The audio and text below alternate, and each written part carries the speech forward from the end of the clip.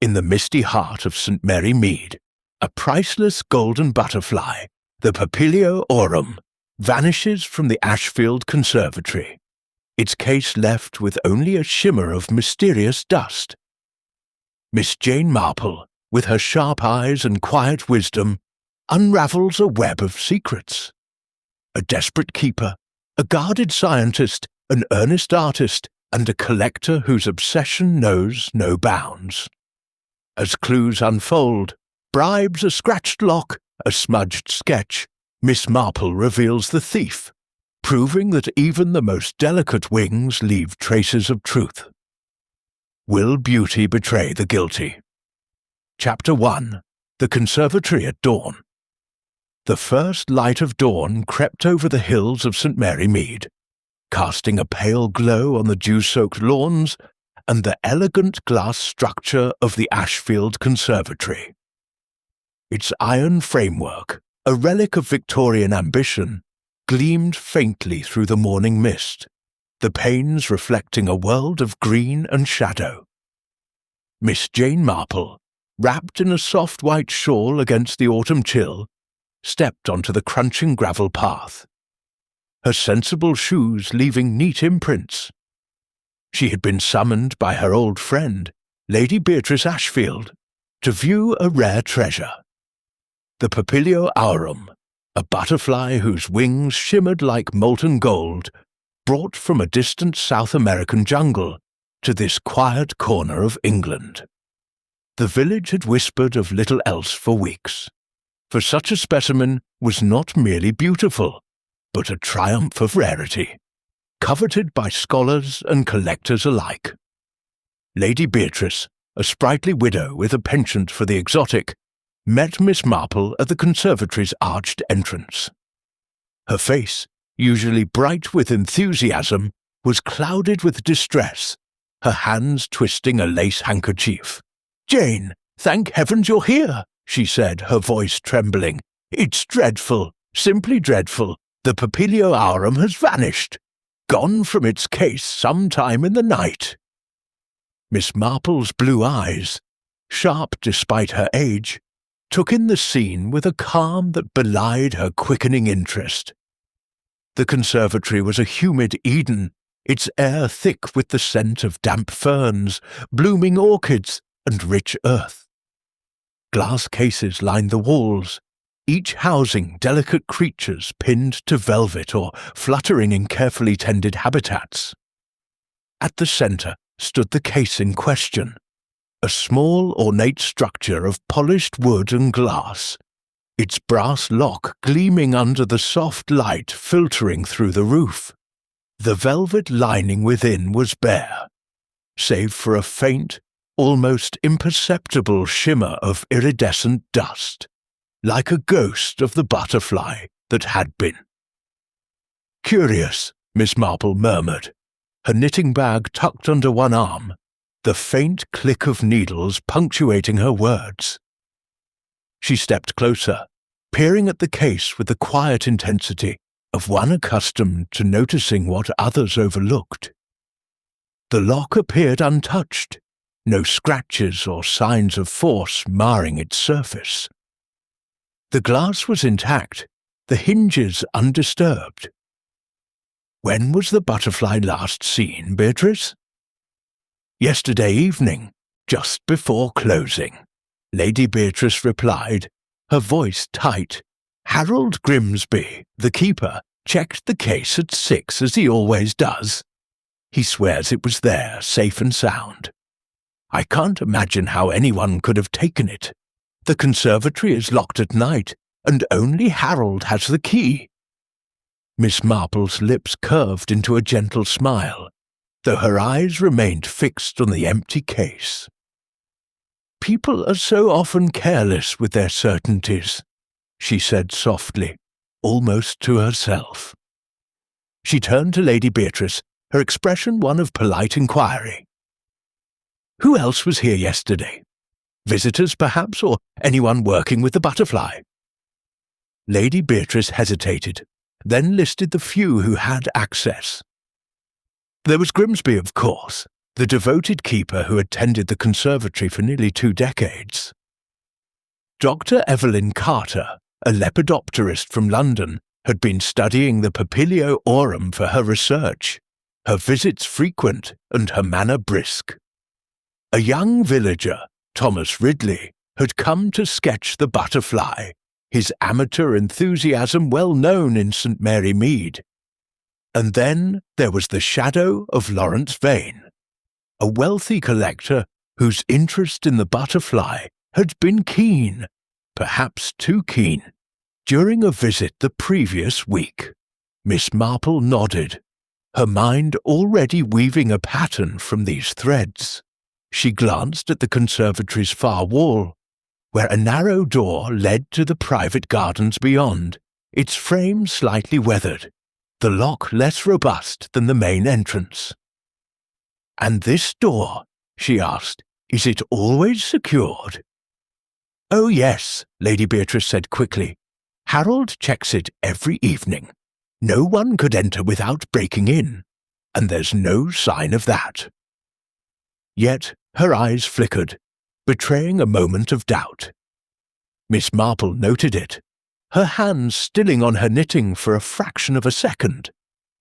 Doubt, she knew, was often the first crack in a facade of certainty.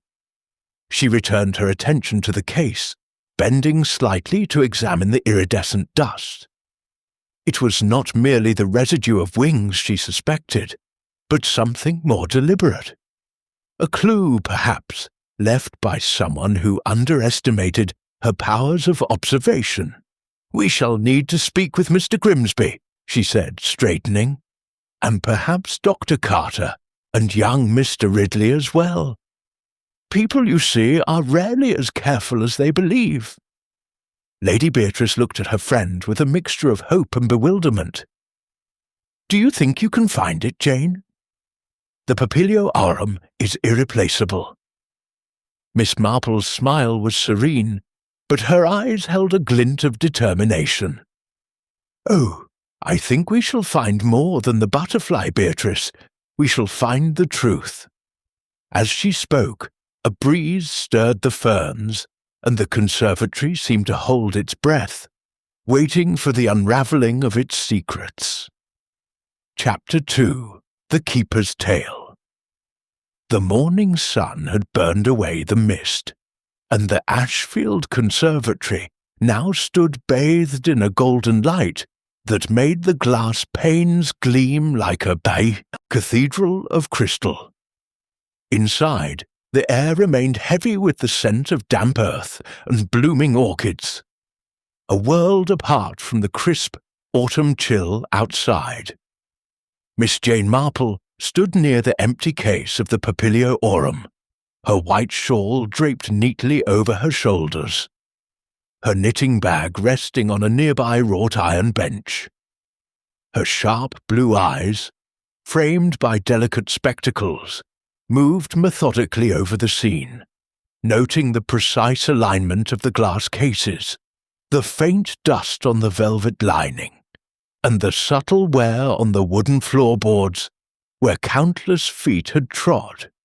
She had seen many mysteries in her time, and though a butterfly's disappearance might seem trivial to some, she knew that the smallest theft could reveal the deepest truths about human nature. Lady Beatrice Ashfield, still pale with worry, hovered nearby, her lace handkerchief now a crumpled ball in her hands. "Jane, I've sent for Harold Grimsby," she said, her voice low but urgent. "He's been with us for 18 years, you know. I can't believe he'd have anything to do with this, but, well, you'll see for yourself." Miss Marple nodded, her expression serene but her mind alert. "Reliability," she murmured, "is so often a mask for habit, and habit can hide many things." She turned her attention to the conservatory's main entrance as the heavy oak door creaked open, admitting the keeper, Harold Grimsby. Grimsby was a stout man in his late 50s, with a face weathered by years of outdoor labour, and hands calloused from tending the delicate ecosystems of the conservatory. His tweed cap was clutched tightly in one hand, revealing a mop of greying hair, and his eyes, a faded hazel, darted nervously toward the empty case. He wore a faded green waistcoat, its pockets bulging with small tools, a pair of pruning shears, a tiny trowel, a spool of twine, testaments to his trade. Yet there was something in his posture, a slight stoop, that suggested more than the weight of years. Miss Marple, ever observant, noted the faint tremor in his fingers as he approached. "Good morning, Mr. Grimsby," she said, her voice gentle, but carrying that quiet authority that so often disarmed those she questioned. "I understand you were the last to see the Papilio Aurum yesterday evening. Could you tell us exactly what happened?" Grimsby cleared his throat, his gaze flickering to Lady Beatrice before settling on Miss Marple. "I miss," he began, his voice gruff but steady. "I locked up at 6 as I always do. Checked the case myself. The butterfly was there, wings all aglow, like a bit of sunlight caught in glass. I made my rounds, locked every door, and took the key home with me." He patted his waistcoat pocket, producing a single iron key, its surface worn smooth by years of use. "No one could have got in without it, and I've never lost it, not once." Miss Marple tilted her head, her knitting needles clicking softly as she drew a skein of pale blue wool from her bag. "That is very thorough, Mr. Grimsby," she said, her tone encouraging. "And you saw nothing out of the ordinary? No one lingering after hours, perhaps, or anything amiss in the conservatory?" Grimsby shook his head, his jaw tightening. "Not a soul, miss. The place was quiet as a church.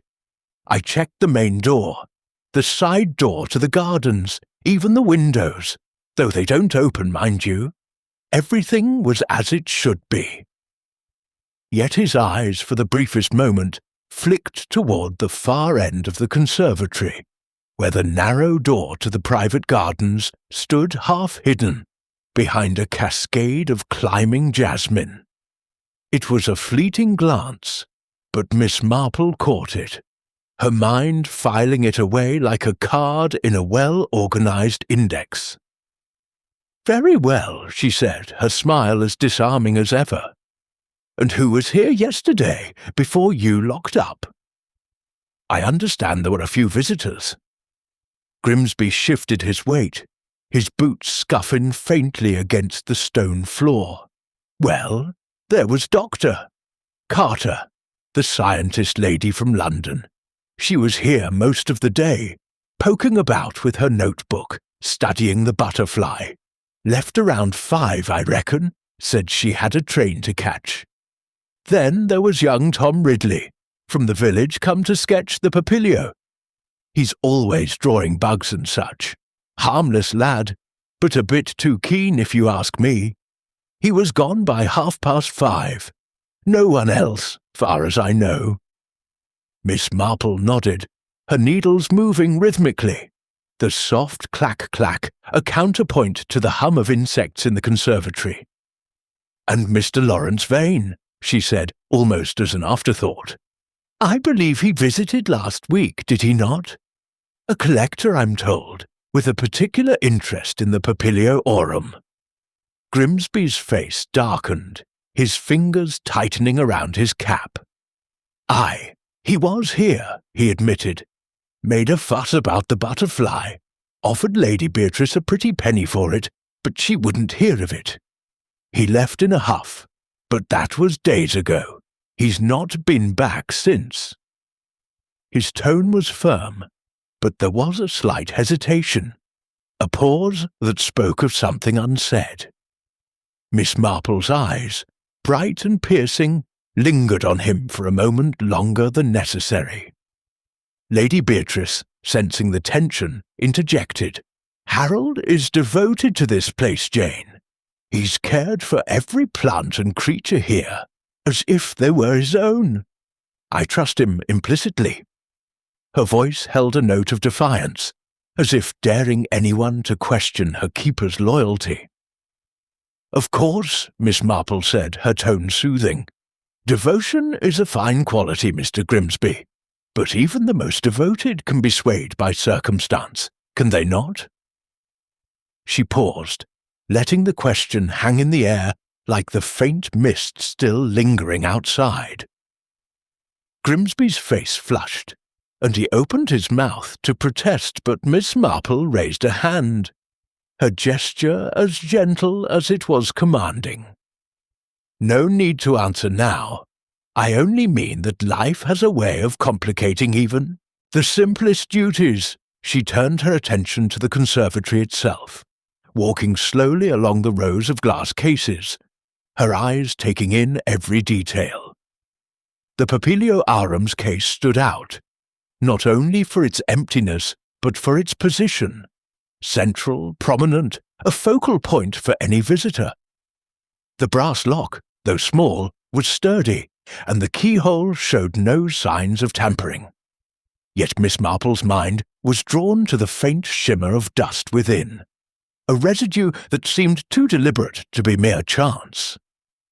She bent closer, her magnifying glass, kept always in her handbag for such occasions, revealing that the dust was not uniform, but clustered in tiny, almost imperceptible patterns, as if brushed there with intent.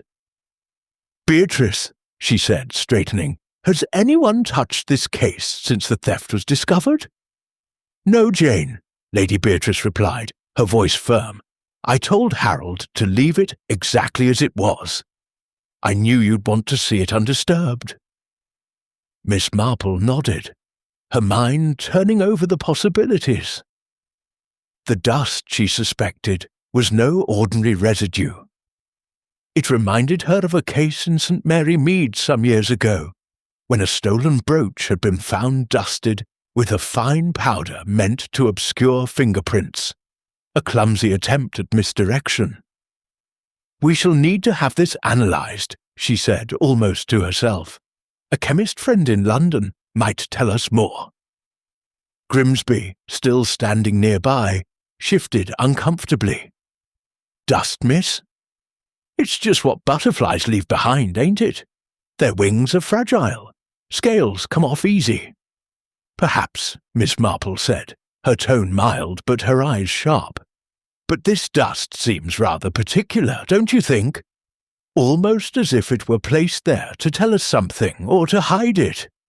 She smiled at Grimsby, who looked away, his hands twisting his cap into a shapeless mass. Lady Beatrice, sensing the need to move things along, suggested they take tea in the conservatory's small anteroom, a cosy space with wicker chairs and a view of the gardens. Miss Marple agreed, knowing that a change of setting often loosened tongues. As they walked, she glanced back at Grimsby, who lingered by the empty case, his face a study in unease. She had seen such expressions before, on her nephew Raymond's face when he'd misplaced a manuscript, on the vicar's wife when she'd forgotten a charity donation. It was the look of a man wrestling with something he dared not say. In the ante-room, over cups of steaming Darjeeling and a plate of buttery scones, Miss Marple turned the conversation back to Grimsby. "You must know this conservatory better than anyone," she said, her voice warm with encouragement. "Every leaf, every creature. It's a heavy responsibility, caring for such delicate things. And I imagine it's not always well rewarded." Grimsby's shoulders slumped, and he set his teacup down with a clink. "It's not the money, miss," he said, though his tone suggested otherwise.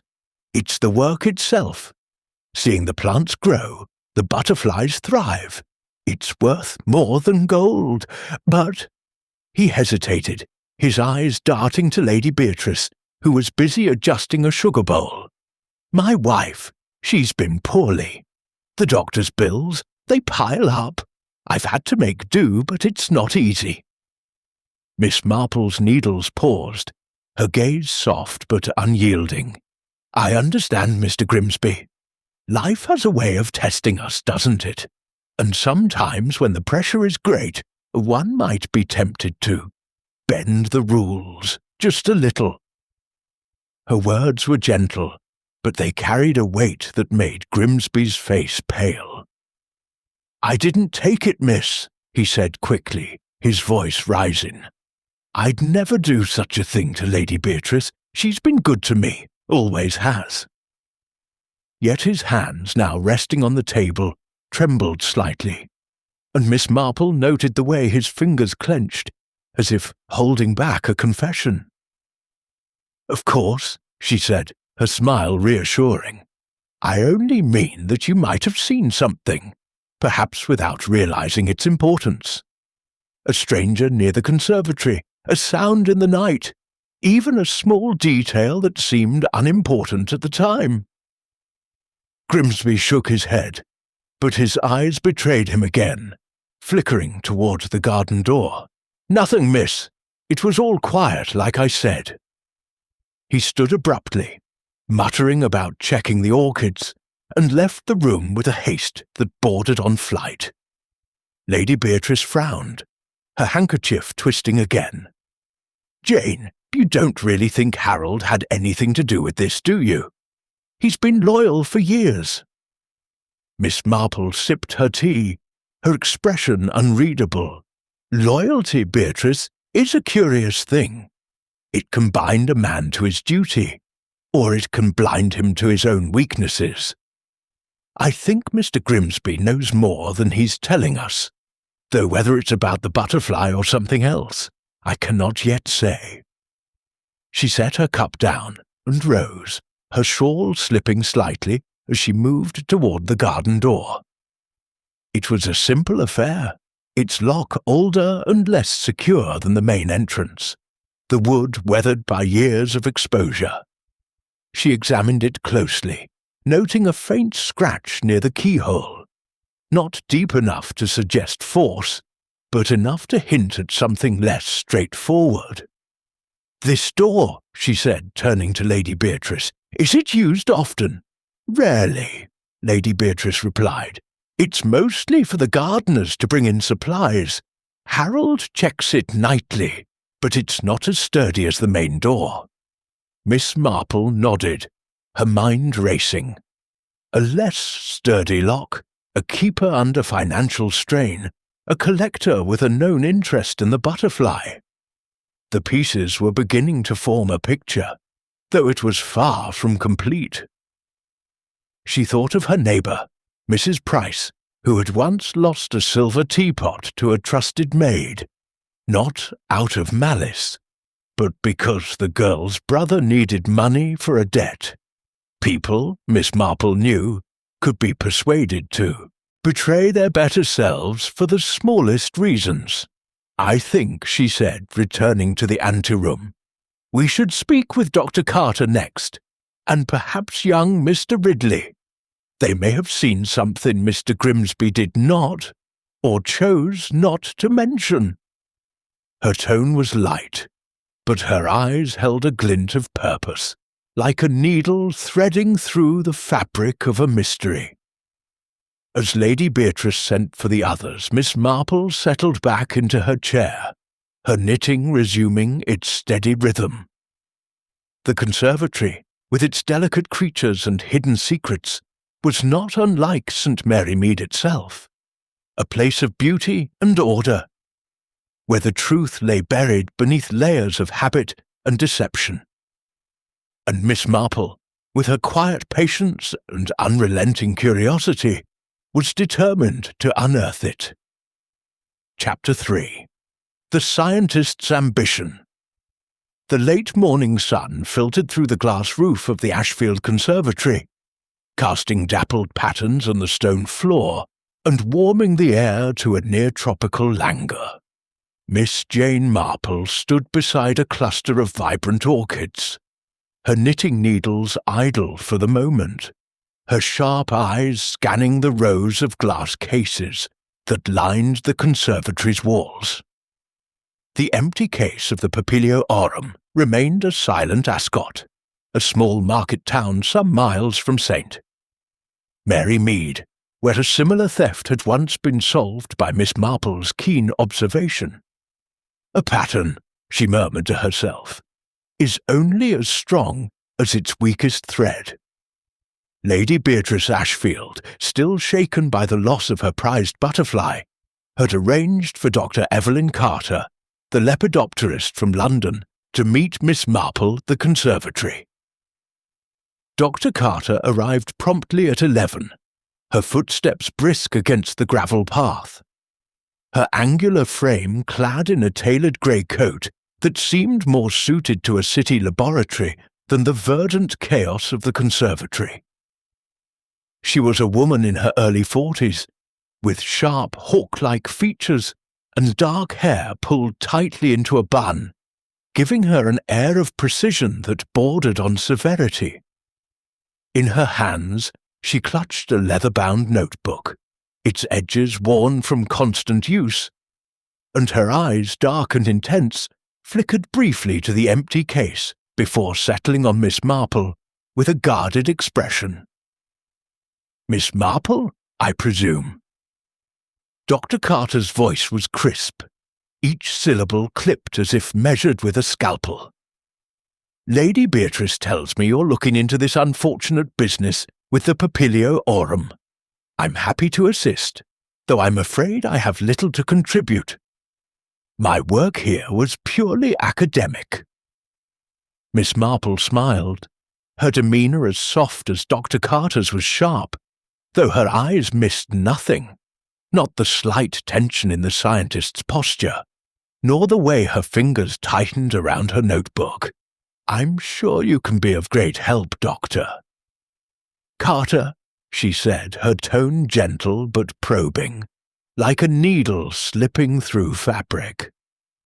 "Your expertise must give you a unique perspective. Perhaps you could tell me about your time here yesterday? Lady Beatrice mentioned you were studying the butterfly." Dr. Carter nodded, her movements precise as she opened her notebook, revealing pages filled with meticulous diagrams of wing structures and handwritten notes in a tight, disciplined script. "I was here from 10 in the morning until just before 5, she said. "My research focuses on the Papilio aurum's wing morphology. Its iridescence is caused by microscopic scales that refract light in a way that's quite unique. I was finalizing measurements for a paper I'm preparing for the Royal Entomological Society. The butterfly was in its case when I left, as vibrant as ever." Miss Marple tilted her head, her knitting now resumed, the soft click of needles a quiet rhythm beneath their conversation. "And you noticed nothing unusual? No one lingering near the case, perhaps, or anything out of place?" Her voice was mild, but her gaze was steady, catching the briefest flicker of hesitation in Dr. Carter's eyes. "Nothing at all, Doctor," Carter replied, her tone firm but a touch too quick. "The conservatory was quiet as it usually is. Mr. Grimsby was tending to his duties, and young Mr. Ridley was sketching near the fern grove, but that was all. I was focused on my work and left promptly to catch the 5:15 train to London." She closed her notebook with a decisive snap, as if to punctuate her statement. Miss Marple's smile remained serene, though she noted the scientist's haste to assert her departure. "A train to catch," she mused aloud, "can make one so dreadfully rushed, can't it? I suppose you were quite absorbed in your measurements. The Papilio aurum must be a fascinating subject." "Extraordinarily so," Dr. Carter said, her voice warming slightly as she spoke of her work. Its wing scales are arranged in a lattice that produces structural colour, not pigment-based, a rare phenomenon. My paper could redefine our understanding of its genus, assuming— She trailed off, her lips pressing into a thin line. Assuming it's recovered, of course. Of course, Miss Marple echoed, her eyes drifting to the empty case. She stepped closer, her magnifying glass appearing from her handbag as if by magic, and peered at the faint shimmer of dust within. It was not merely the natural shedding of wing scales, she was certain, but something more deliberate. A powder, perhaps, with a texture too fine for casual residue. "Dr. Carter," she said, straightening, "you must handle many chemicals in your work. Preservatives, perhaps?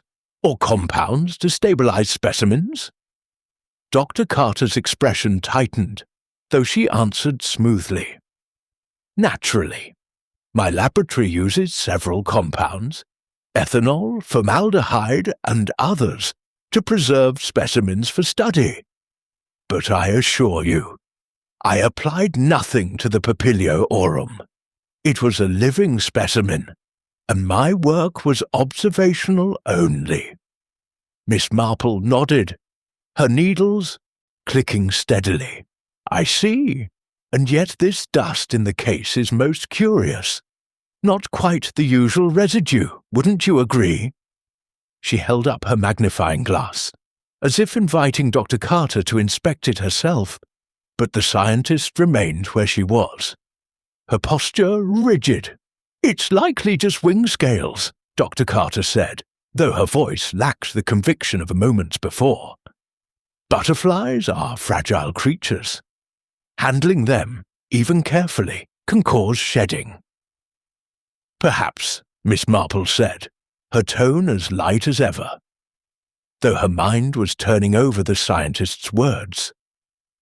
Dr. Carter's expertise would give her access to chemicals that could mimic or mask such residues, and her quick departure yesterday suggested a need to distance herself from the scene.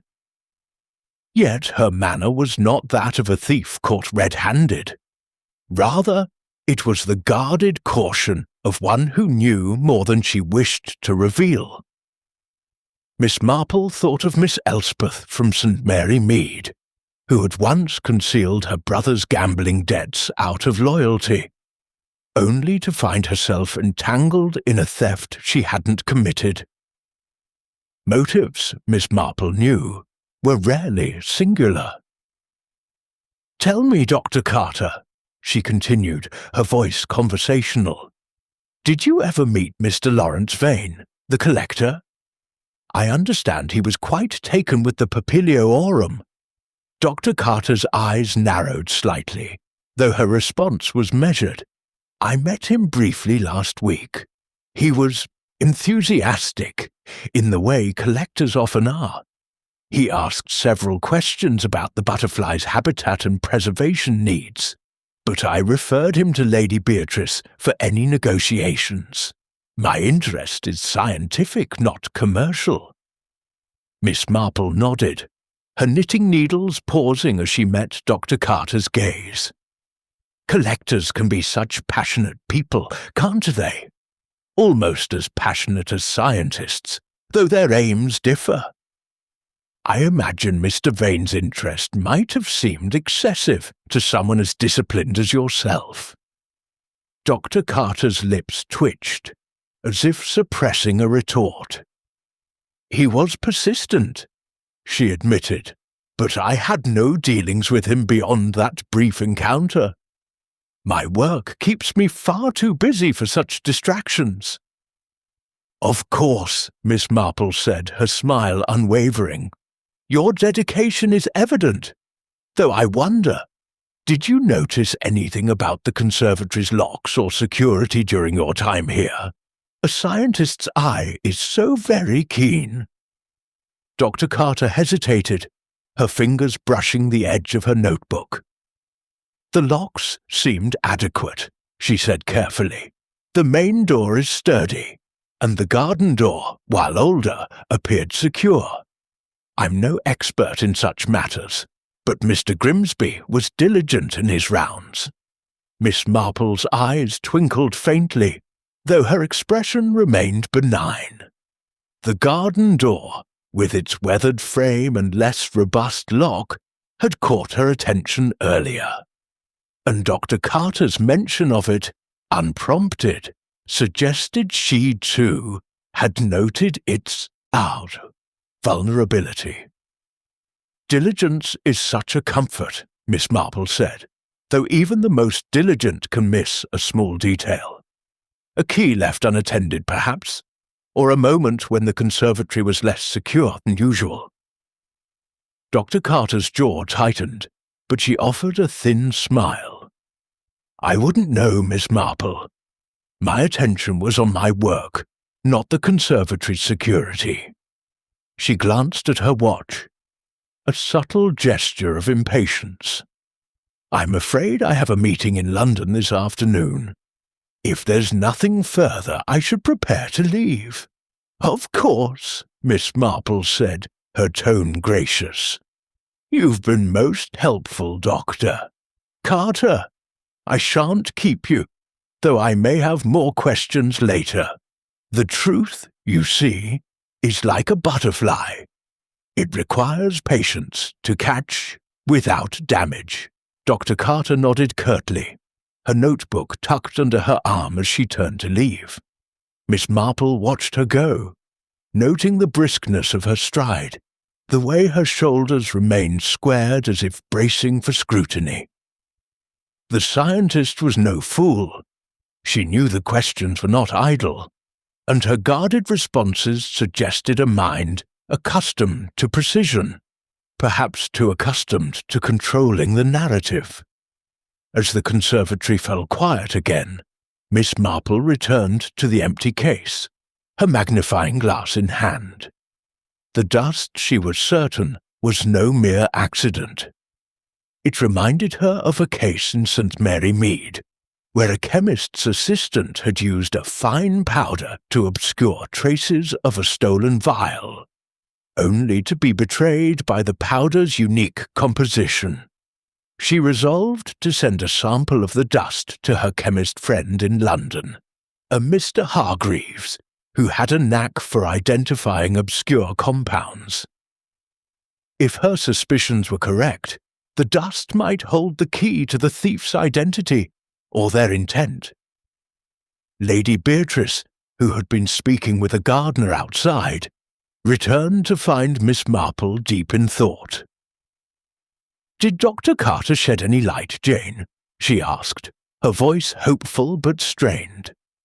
"She shed a certain kind of light," Miss Marple replied, her needles resuming their rhythm, "the kind that casts long shadows. I think we must speak with young Mr. Ridley next, and perhaps take a closer look at Mr. Vane's collection. People, Beatrice, are so very like specimens under glass. They reveal themselves most when they believe no one is watching." As Lady Beatrice nodded, her faith in her friend unwavering, Miss Marple's mind turned to the threads of the case. Grimsby's unease, Dr. Carter's guarded precision, the collector's avarice, and the young artist's sketches. The Papilio aurum was more than a butterfly. It was a mirror, reflecting the desires and secrets of those who coveted it. And Miss Marple, with her quiet persistence, was determined to see the reflection clearly. Chapter 4. The Visitor's Curiosity. The midday sun hung high above the Ashfield Conservatory, its rays piercing the glass roof to bathe the interior in a warm, golden haze. The sharp air was thick with the scent of damp moss and blooming jasmine, a living tapestry of green and colour that seemed to hum with quiet life. Miss Jane Marple stood near a cluster of delicate ferns, her white shawl neatly folded over one arm, her knitting bag resting on a nearby bench. Her sharp blue eyes, framed by the faint lines of age, moved over the conservatory with a calm but relentless curiosity, lingering on the empty case where the papilio aurum had once gleamed. The theft, she knew, was not merely a matter of a missing butterfly, but a puzzle of human motives, each as intricate as the wings of the creature itself. Lady Beatrice Ashfield, her nerves frayed but her resolve firm, had arranged for Thomas Ridley, the young villager who had visited the conservatory the previous day, to meet Miss Marple. The guest log, a leather-bound volume kept meticulously by the keeper, Harold Grimsby, listed Ridley as the sole visitor, his name scrawled in a hurried hand beside the time. 3 p.m. Miss Marple had already formed a picture of the young man from village gossip, a quiet, earnest lad of 22, known for his sketches of insects and wildflowers, with a passion for entomology that bordered on obsession. Such passion, she reflected, could be a virtue or a vulnerability, depending on the circumstances. The conservatory door creaked open, and Thomas Ridley stepped inside, his boots scuffing lightly against the stone floor. He was a lanky figure, with tousled brown hair and a face flushed from the brisk walk from St. Mary Mead. His tweed jacket was patched at the elbows, and he carried a worn sketchbook under one arm, its pages bulging with loose sheets. His eyes, a bright hazel, widened slightly as they met Miss Marple's, and he offered a shy smile that did little to mask his unease. "Mr. Ridley," Miss Marple said, her voice warm but laced with that gentle authority that so often put people at ease. "How kind of you to come on such short notice. I understand you were here yesterday, sketching the papilio aurum, a remarkable creature, by all accounts." Ridley nodded, his fingers tightening around his sketchbook. "Yes, Miss Marple," he said, his voice soft but clear. "It was extraordinary. I've never seen anything like it. Those wings like they were made of gold leaf. I only wanted to capture it on paper." He opened his sketchbook, revealing a series of pencil drawings, each more detailed than the last. The papilio aurum was rendered with exquisite care, its wings traced with fine lines that mimicked the iridescent shimmer of the real thing. "I left before closing, though. Mr. Grimsby can tell you. I didn't see anything odd." Miss Marple peered at the sketches, her spectacles glinting as she leaned closer. "These are quite remarkable, Mr. Ridley," she said, her tone one of genuine admiration. "Such precision requires a steady hand and a keen eye. You must have spent some time observing the butterfly to capture it so well." Her words were kind, but there was a subtle edge to them, a question unspoken but keenly felt. Ridley blushed, his fingers fidgeting with the edge of a page. I was here for a couple of hours, I suppose. I lose track of time when I'm drawing, but I was just by the ferns, nowhere near the case." He gestured toward a corner of the conservatory, where a cluster of feathery fronds created a natural alcove, partially obscured from the main path. Miss Marple nodded, her knitting needles appearing in her hands as if by instinct, the soft click-clack a steady rhythm beneath their conversation. "And you saw no one else? Perhaps Dr. Carter, or Mr. Grimsby, or even a stranger lingering about?" Her eyes, bright and unyielding, watched Ridley closely, noting the way his gaze flickered toward the empty case before returning to her. "Just Dr. Carter for a bit," he said, his voice steady but his hands betraying a slight tremor. "She was at the case, taking notes, but she didn't stay long. And Mr. Grimsby was in and out, tending to the plants. No one else, not that I noticed." He hesitated, then added, "I was focused on my sketches, you see. I don't always pay attention to what's around me." "Of course," Miss Marple said, her smile as disarming as ever. "An artist's focus is a powerful thing. Though I wonder, did you happen to notice the case itself? The lock, perhaps, or anything unusual about it?" She stepped closer to the empty case, her magnifying glass in hand, and gestured for Ridley to join her. The brass lock gleamed under the sunlight, its surface smooth and unmarred, but the faint shimmer of dust within the case caught her attention once more. Ridley followed, his sketchbook tucked under his arm. "I didn't really look at the lock," he admitted, peering at the case. "It was just there. The butterfly was what mattered. I didn't touch anything, I swear." His voice rose slightly, a note of defensiveness creeping in, and Miss Marple noted the flush that spread across his cheeks. "I'm sure you didn't," she said, her tone soothing but her mind alert. She bent closer to the case, her magnifying glass revealing the peculiar dust. Too fine, too deliberate to be mere wing scales. It reminded her of a case in St. Mary Mead, where a young gardener had used a dusting of chalk to mark stolen tools, only to be caught when the chalk was traced to his shed. "This dust," she said almost to herself, "is most curious. Did you notice anything like it while you were sketching, Mr. Ridley?" He shook his head, his eyes wide. "No, miss. I mean, I saw the butterfly's wings shimmer, but I didn't get close enough to see any dust. I was over by the ferns, like I said." Yet his fingers brushed the edge of his sketchbook, and Miss Marple's keen eyes caught a faint smudge on the paper's corner. A trace of the same iridescent powder.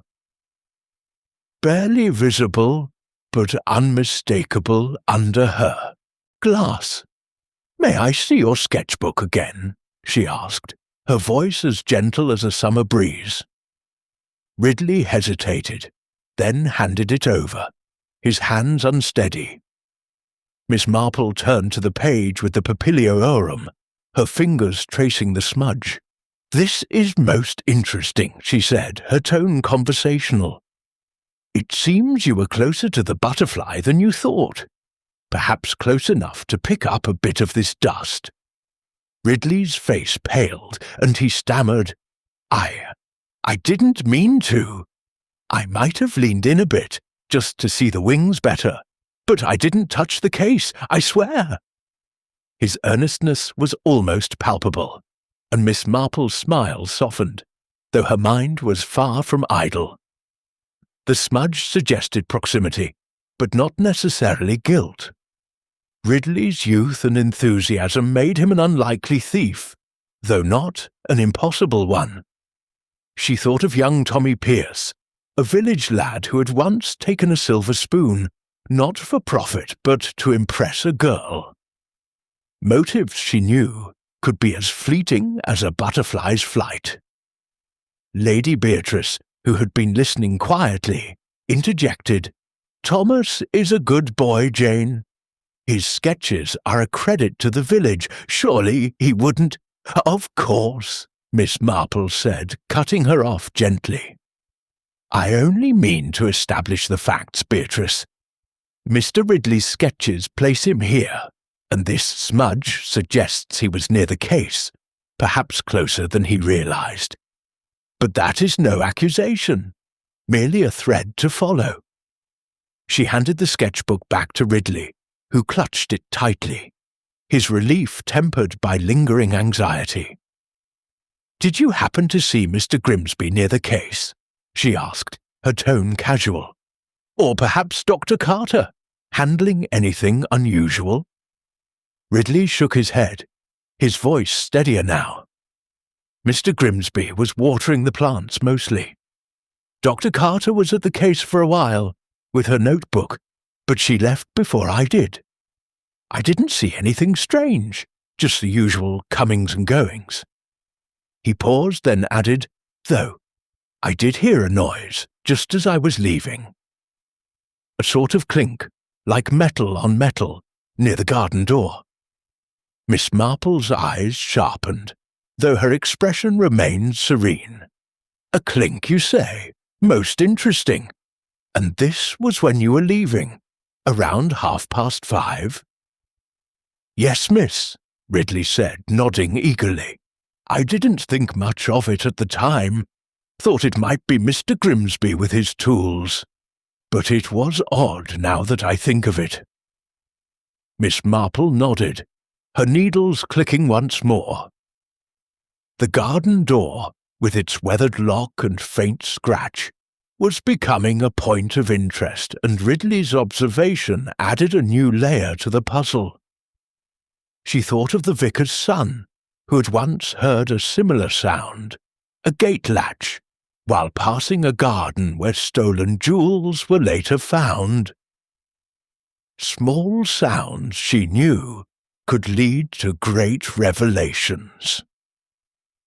"Thank you, Mr. Ridley," she said, her smile warm. "You've been most helpful. I may need to speak with you again, but for now, do carry on with your sketching. Talent like yours should not go to waste." Ridley blushed again, mumbling his thanks as he retreated, his sketchbook held like a shield. Lady Beatrice watched him go, her expression a mix of relief and concern. "Do you think he's telling the truth, Jane?" she asked, her voice low. "I think," Miss Marple replied, her eyes drifting to the garden door, "that young Mr. Ridley is telling as much truth as he knows. But truth, Beatrice, is like a butterfly's wing. It changes colour depending on the light. We shall need to speak with Mr. Vane next, and perhaps take a closer look at that garden door. Something tells me it has a story to tell." As Lady Beatrice nodded, her faith in Miss Marple unshaken, the elderly spinster resumed her knitting, her mind weaving a pattern from the threads of the case. Grimsby's unease, Dr. Carter's guarded precision, Ridley's smudged sketchbook, and the elusive collector, Lawrence Vane. The Papilio Aurum was a prize, but the truth, Miss Marple knew, was a far greater treasure, and she was determined to claim it. Chapter 5. The Shadow of the Collector. The afternoon light slanted through the glass panes of the Ashfield conservatory, casting long shadows that stretched across the stone floor like fingers reaching for secrets. The air was heavy with the scent of damp earth and blooming orchids, a living cocoon that seemed to hold its breath in the wake of the Papilio Aurum's disappearance. Miss Jane Marple stood near the empty case, her white shawl draped loosely over her shoulders, her knitting bag resting on a nearby bench. Her sharp blue eyes, undimmed by age, traced the faint shimmer of dust within the case. A clue, she was certain, that held more significance than its delicate appearance suggested. The conservatory, with its ordered beauty, was a stage for human folly, and Miss Marple, with her quiet patience, was adept at reading the script. Lady Beatrice Ashfield, her nerves steadied by Miss Marple's presence, had mentioned a name that lingered in the village's gossip. Lawrence Vane, a wealthy collector whose secluded manor on the outskirts of St. Mary Mead was rumoured to house a menagerie of rare specimens. Vane had visited the conservatory a week earlier, his interest in the Papilio Aurum so keen that he had offered Lady Beatrice a substantial sum to acquire it, an offer she had firmly declined. The village whispered of his obsession with rare creatures, and Miss Marple, ever attentive to such whispers, decided that a visit to Mr. Vane was in order. People, she had remarked to Lady Beatrice, are so often revealed by what they covet. The walk to Vane's manor was a pleasant one, though the autumn chill nipped at Miss Marple's cheeks as she made her way along the winding lanes, her sensible shoes crunching against the gravel. The manor itself was a formidable structure, its grey stone walls half covered in ivy, its tall windows glinting like watchful eyes. The gardens were meticulously kept, with neatly trimmed hedges and beds of late-blooming roses. But there was an air of seclusion about the place, as if it guarded its secrets as fiercely as its owner guarded his collection. Miss Marple was admitted by a dour housekeeper, who led her through a dimly lit hall adorned with taxidermy, birds with glass eyes, beetles pinned velvet, and a single monarch butterfly framed in gold. The air carried a faint scent of camphor, a preservative that reminded Miss Marple of her chemist friend's laboratory in London. She was shown into a study where Lawrence Vane awaited her, standing beside a mahogany desk cluttered with magnifying glasses and specimen jars. Vane was a tall man in his late 50s, with a lean frame and a face that might have been handsome were it not for the coldness in his grey eyes. His dark suit was impeccably tailored, and his smile, when he offered it, was polished but devoid of warmth. "Miss Marple," he said, his voice smooth as polished stone, "Lady Beatrice informed me you might call. A dreadful business, this theft. I trust you're here to shed light on it?" Miss Marple inclined her head, her expression serene but her eyes sharp. "I hope to, Mr. Vane," she said, settling into a plush armchair, her knitting needles appearing as if by magic. The soft click-clack filled the room, a gentle counterpoint to the tension she sensed in her host. "You were quite taken with the Papilio aurum, I understand, a remarkable specimen by all accounts." Vane's smile tightened, though he maintained his composure. "Indeed, its wings are a marvel, iridescent in a way that defies description. I offered to purchase it, as Lady Beatrice no doubt told you, but she was adamant about keeping it for public study. A noble sentiment, though I confess I found it short-sighted." He gestured to the walls of his study, where glass cases displayed butterflies and moths, their wings pinned in silent splendor. "My collection serves a higher purpose, preserving beauty for those who truly appreciate it." Miss Marple's needles paused, her gaze drifting to a locked cabinet in the corner of the room. Its dark wood was unremarkable, but the heavy brass lock gleamed with a quiet menace. "A collector's passion is a powerful thing," she said, her tone conversational, "though it can sometimes lead one to overlook certain proprieties. Tell me, Mr. Vane, when did you last visit the conservatory?"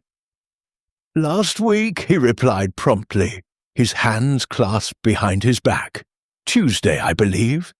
I spent an hour examining the Papilio aurum and discussing its care with Mr. Grimsby. A competent man, if a bit rough around the edges. I've not returned since." His voice was steady, but Miss Marple noted the slight tightening of his jaw, the way his eyes flicked toward the locked cabinet for a fraction of a second. "I see," she said, her needles resuming their rhythm. "And you've had no further dealings with the butterfly? No inquiries about its security, perhaps, or its preservation?" Her question was gentle, but it carried the weight of her observation, honed by years of unraveling village intrigues. Vane's smile returned, though it was thinner now. "None whatsoever. My interest was purely professional. I have no need to resort to theft, Miss Marple. My collection is acquired through legitimate means." He gestured to a case containing a rare swallowtail, its wings a vivid blue. Every specimen here has its provenance, documented and verified. Miss Marple nodded, her eyes lingering on the locked cabinet. "Of course," she said, "though I wonder, might I see some of your collection? I'm no expert, but I find such creatures fascinating. They're so very like people, don't you think? Beautiful, yet so easily damaged." Vane hesitated, then inclined his head.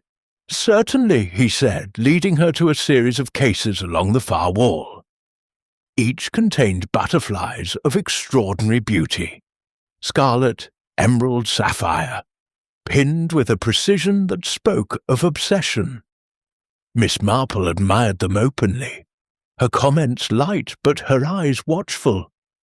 As they approached the locked cabinet, she paused, her magnifying glass appearing in her hand as if by instinct. "This cabinet is most intriguing," she said, her tone curious. "Is it reserved for your rarest specimens?" She peered at the lock, noting its sturdiness, far more robust than the one in the conservatory's case. Vane's expression flickered, though he recovered quickly. "It contains some of my more delicate acquisitions," he said, his voice smooth. "Fragile specimens that require extra care. I keep it locked to protect them from dust and light." He made no move to open it, and Miss Marple, sensing his reluctance, did not press the matter. Instead she smiled, her needles clicking softly. "How prudent," she said. "Dust can be such a nuisance, can't it? I noticed a curious residue in the conservatory's case, almost like a powder, not quite natural. You must be familiar with such things, given your expertise." Vane's eyes narrowed, though his smile remained. "Butterfly wings often shed scales," he said. "It's quite common, especially with delicate species like the Papilio aurum. I wouldn't read too much into it." Yet his fingers brushed the edge of the desk, a small gesture that Miss Marple noted as a sign of unease. She thought of a case in St. Mary Mead, where a jeweller had hidden a stolen diamond in a locked box, only to be betrayed by a trace of polishing powder left on a cloth. "Perhaps," she said, her tone mild, "though this dust seemed rather particular. I've sent a sample to a chemist friend in London, Mr. Hargreaves, a most capable man. He has a knack for identifying such things." Vane's smile faltered, though he recovered with a nod. "A wise precaution," he said. "I hope it yields answers. Now, if you'll excuse me, I have some correspondence to attend to." His dismissal was polite but firm, and Miss Marple rose, her shawl slipping slightly as she gathered her knitting. "Thank you for your time, Mr. Vane," she said, her eyes meeting his with a quiet intensity. "You've been most illuminating. I may need to call again, as the threads of this mystery are only just beginning to weave together." As the housekeeper showed her out, Miss Marple glanced back at the study, her gaze lingering on the locked cabinet. She had seen such cabinets before, in the home of a saint. Mary Mead widow, who had hidden stolen letters, believing them safe behind a lock. Secrets, she knew, had a way of betraying their keepers. Back at the conservatory, Lady Beatrice awaited her, her face anxious. "Did you learn anything, Jane?" she asked, her hands twisting her handkerchief. Miss Marple settled onto a bench, her knitting resuming its steady rhythm. "Mr. Vane is a man of great passion," she said, her voice thoughtful. "And passion, Beatrice, can lead to great carelessness. I think we must examine that garden door more closely, and perhaps speak with Mr. Grimsby again. There is a pattern here, and it is beginning to take shape." As Lady Beatrice nodded, her trust in Miss Marple unwavering, the elderly spinster's mind turned to the clues she had gathered. Grimsby's unease, Dr. Carter's guarded precision, Ridley's smudged sketchbook, and now Vane's locked cabinet. The Papilio Aurum was a beacon, drawing out the desires of those around it, and Miss Marple, with her quiet persistence, was determined to follow its light to the truth. Chapter 6. A Clue in the Dust. The late afternoon light filtered through the glass roof of the Ashfield Conservatory, casting a soft glow over the rows of vibrant plants and gleaming cases. The air was warm and heavy, scented with the earthy tang of moss and the delicate perfume of blooming lilies. Miss Jane Marple stood before the empty case of the Papilio Aurum, her white shawl neatly draped over her shoulders, her knitting bag resting on a wrought-iron bench nearby. Her sharp blue eyes lingered on the faint shimmer of dust within the case, a peculiar residue that seemed to whisper secrets to her practiced mind. The conservatory, with its ordered beauty, was a microcosm of St. Mary Mead itself, where beneath the surface of civility lay currents of ambition and deceit. Miss Marple, with her quiet patience, was determined to trace those currents to their source. Lady Beatrice Ashfield hovered nearby, her face a mixture of hope and anxiety. "Jane, you've been staring at that case for ages," she said, her voice tinged with impatience. "Have you found something new? I can't bear the thought of the Papilio Aurum lost forever." Miss Marple's lips curved into a gentle smile, though her gaze remained fixed on the velvet lining of the case. "Not lost, Beatrice," she said softly. "Merely misplaced, I think. And this dust, such a small thing, yet it may tell us more than all of the words we've heard today." She produced her magnifying glass from her handbag. A tool as familiar to her was her knitting needles, and leaned closer to the case. The dust was not the random scattering of wing scales one might expect from a butterfly's natural shedding. It was too fine, too evenly distributed, with a faint granular texture that suggested something artificial, a compound perhaps, applied with intent. "Beatrice," she said, straightening, "has this case been touched since the theft was discovered? By Mr. Grimsby, perhaps, or anyone else?" Lady Beatrice shook her head, her lace handkerchief twisting in her hands. "No, Jane. I gave strict instructions to leave it untouched.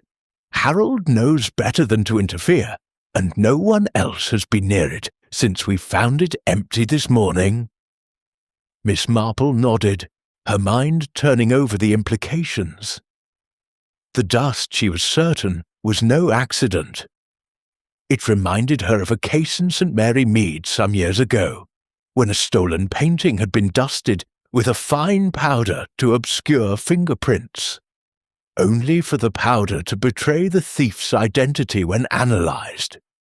"We shall need to send a sample of this to Mr. Hargreaves in London," she said, her voice calm but resolute. "He has a laboratory in Bloomsbury, you know, and a remarkable talent for identifying such things. If this dust is what I suspect, it may point us directly to our thief." Lady Beatrice's eyes widened. "You think it's a clue, then? Not just residue?" "Oh, it's a clue, Beatrice," Miss Marple said, her tone almost cheerful. "People are so careless, you see.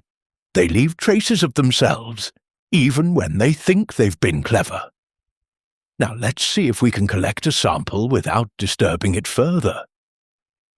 She reached into her handbag, producing a small envelope and a tiny brush, items she carried for just such occasions, as St. Mary Mead had taught her the value of preparedness. With delicate precision, she swept a portion of the dust into the envelope, sealing it with care.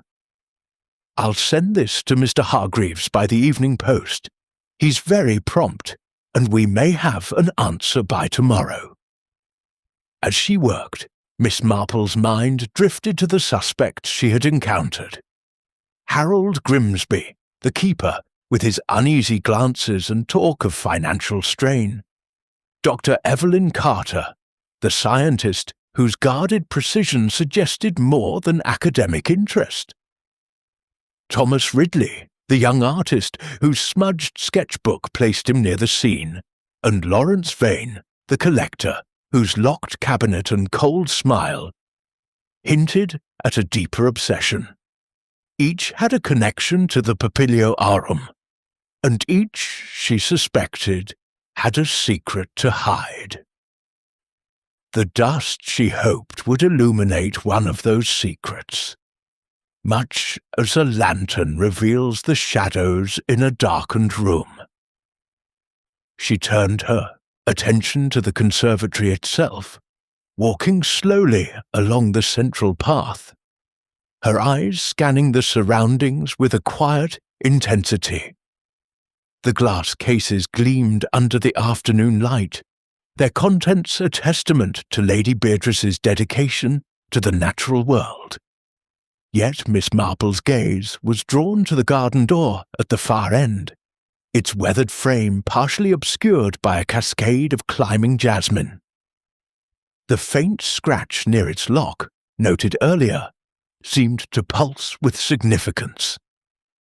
She approached it, her magnifying glass in hand, and examined the mark more closely. It was not deep, not the brutal gouge of a forced entry, but a subtle abrasion, as if someone had tested the lock with a tool, or a duplicate key. "Beatrice," she called softly, "this door to the gardens, when was it last used, do you know?" Lady Beatrice joined her, frowning as she considered the question. "Not for days, I think. Harold uses it occasionally to bring in supplies, but it's mostly kept locked. He checks it every evening as part of his rounds." She paused, her brow furrowing. "You don't think someone came through here, do you? It's so out of the way." Miss Marple's smile was enigmatic. "I think, Beatrice, that the out-of-the-way places are often the most revealing. A door like this, less secure than the main entrance, might tempt someone who wished to avoid notice."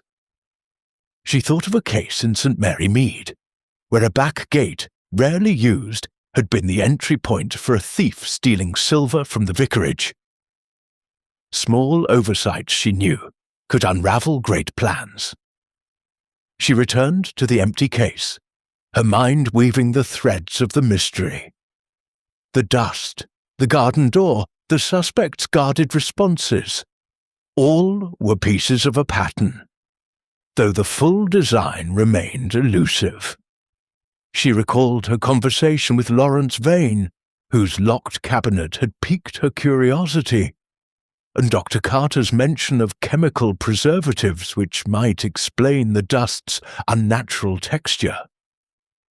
Young Ridley's clink near the garden door suggested a moment of carelessness, and Grimsby's financial woes hinted at a vulnerability that could be exploited.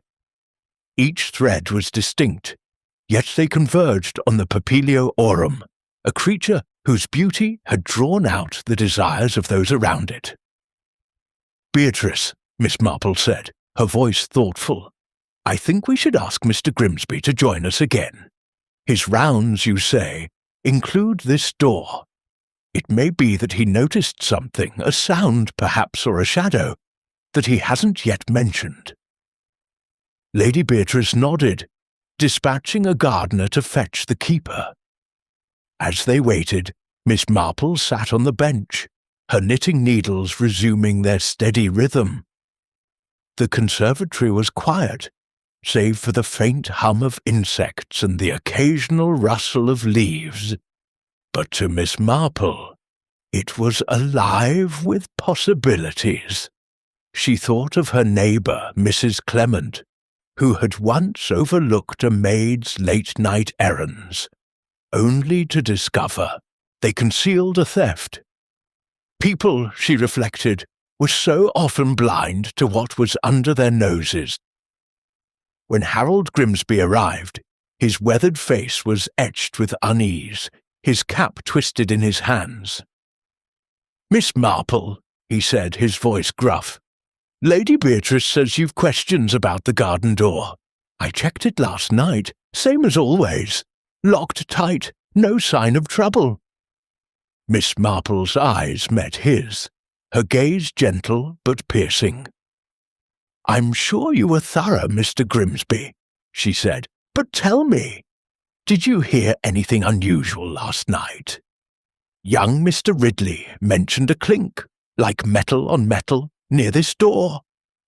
It's possible you heard it too, perhaps without realizing its significance." Grimsby's face flushed, and he shifted his weight. "A clink? Can't say I did, miss.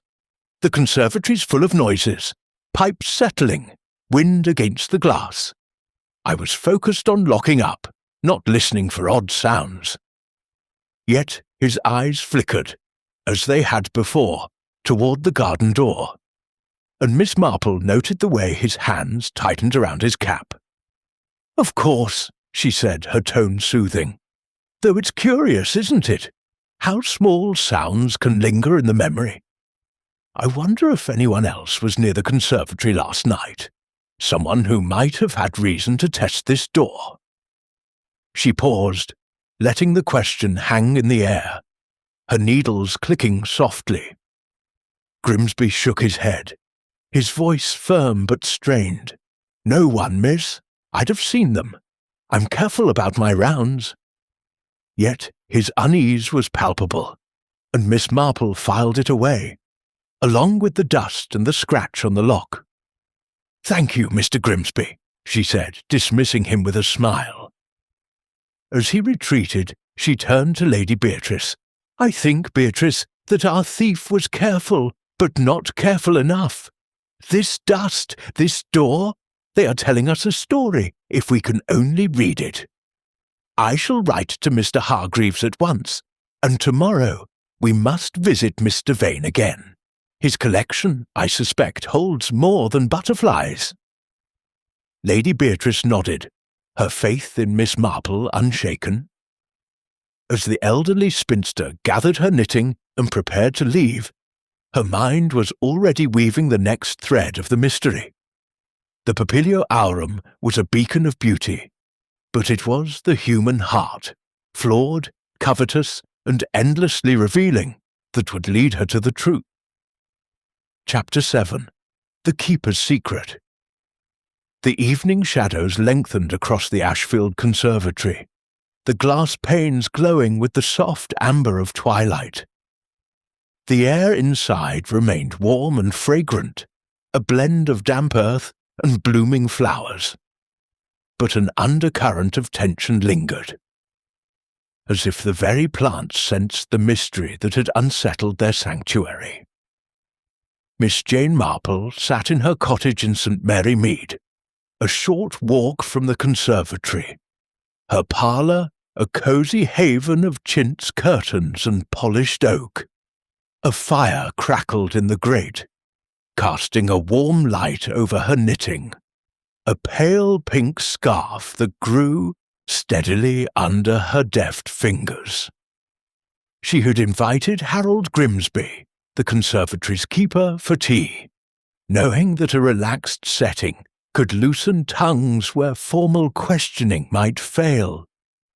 The dust in the empty case, the scratch on the garden door, and the guarded responses of her suspects had woven a delicate web in her mind, and she was determined to draw out its threads.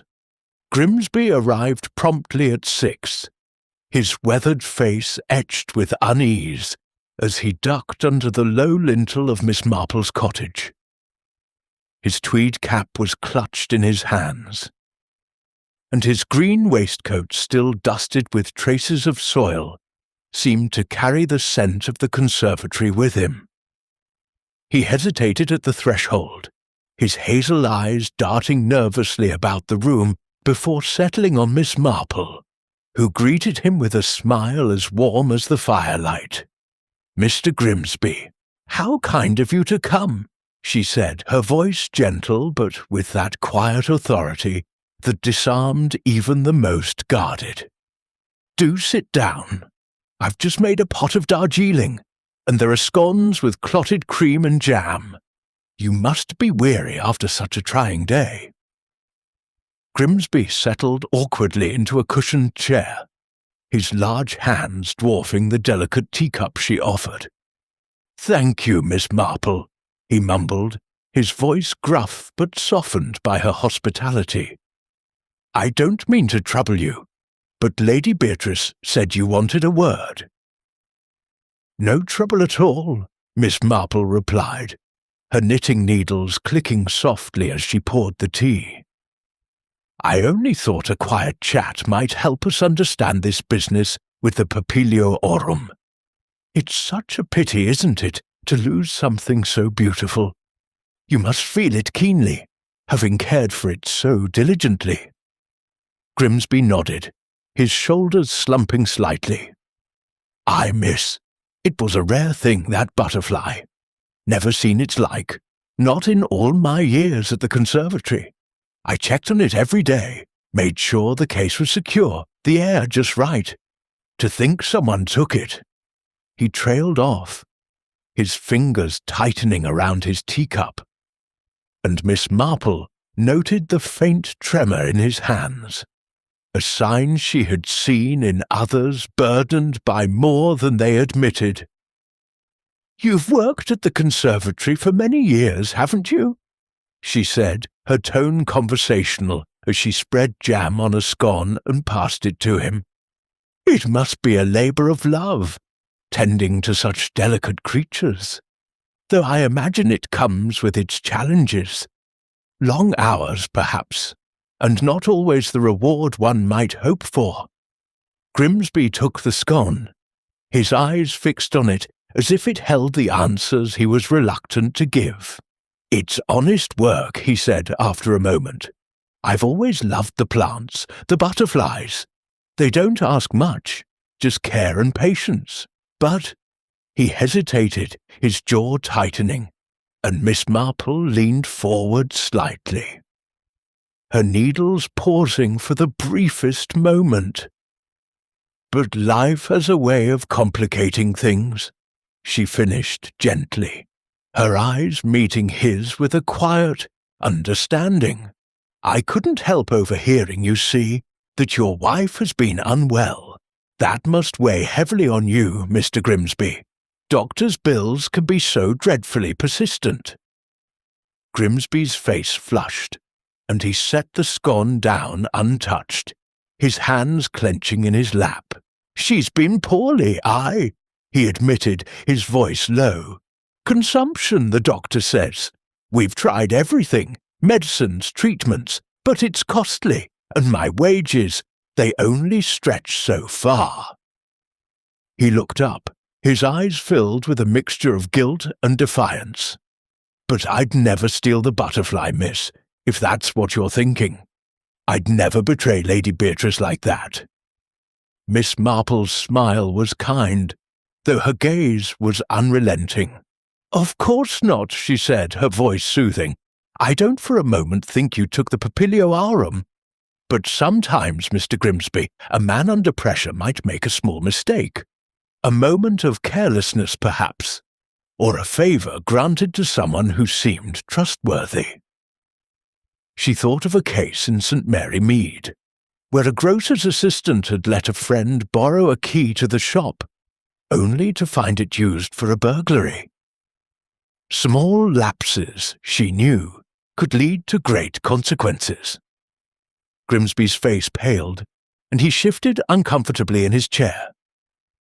"I don't know what you mean, miss," he said, but his voice lacked conviction. and his eyes flickered toward the window, as if seeking escape. Miss Marple noted the gesture, her mind cataloguing it alongside the scratch on the garden door and the curious dust in the case. "Let me be frank, Mr. Grimsby," she said, her tone still gentle, but now with a steel beneath it. "You mentioned checking the garden door last night, and young Mr. Ridley heard a clink near it, like metal on metal. I couldn't help but notice a small scratch on the lock, a mark that suggests someone may have tampered with it. Now, you're a careful man, but even careful men can be persuaded, especially when the need is great." Grimsby's hands twisted his cap into a shapeless mass, and he leaned forward, his voice barely above a whisper. "I didn't steal it, miss, I swear. But last week, Mr. Vane, the collector, he came to the conservatory, all smiles and fine words. He asked to see the Papilio aurum up close, said he was studying its kind for his collection. I let him stay a bit longer after hours, just to look. He slipped me a few pounds, said it was for my trouble. I took it, God help me, because of my wife's bills. But I locked up after him, and the butterfly was still there when he left." Miss Marple's eyes softened, though her mind was racing. "A few pounds can seem a lifeline in hard times," she said. "And Mr. Vane is a persuasive man, I'm sure. Did he ask anything else of you? Perhaps about the locks or the keys?" Grimsby shook his head, but his hesitation was telling. He asked about the conservatory's routine. When we locked up, who had keys? I didn't think much of it, just thought he was curious. But I never gave him a key, miss, and I never left the door unlocked. Yet his voice trembled, and Miss Marple saw the guilt in his eyes, not of theft, but of a lapse that might have enabled it. "I believe you, Mr. Grimsby," she said, her tone reassuring. "But you must see how such a moment could be exploited. A man like Mr. Vane, with his resources, might find ways to turn opportunity to his advantage." She thought of Lawrence Vane's locked cabinet, the cold precision of his study, and the faint flicker of unease in his eyes when she had mentioned the dust. A collector's passion, she knew, could drive a man to great lengths. She poured Grimsby another cup of tea, her movements deliberate. "Tell me," she said, as if the thought had just occurred to her, "did you ever see Mr. Vane with Dr. Carter, or perhaps young Mr. Ridley? They were both at the conservatory yesterday, and I wonder if their paths crossed with his." Grimsby frowned, his brow furrowing as he sipped the tea. "Not yesterday, no, but last week when Mr. Vane was there, Doctor. Carter was in and out, taking her notes. They spoke for a bit, something about preserving specimens, I think. I didn't hear much, just caught a word or two. Mr. Ridley, he wasn't there that day, far as I know." Miss Marple nodded, her needles clicking steadily, the connection between Vane and Doctor.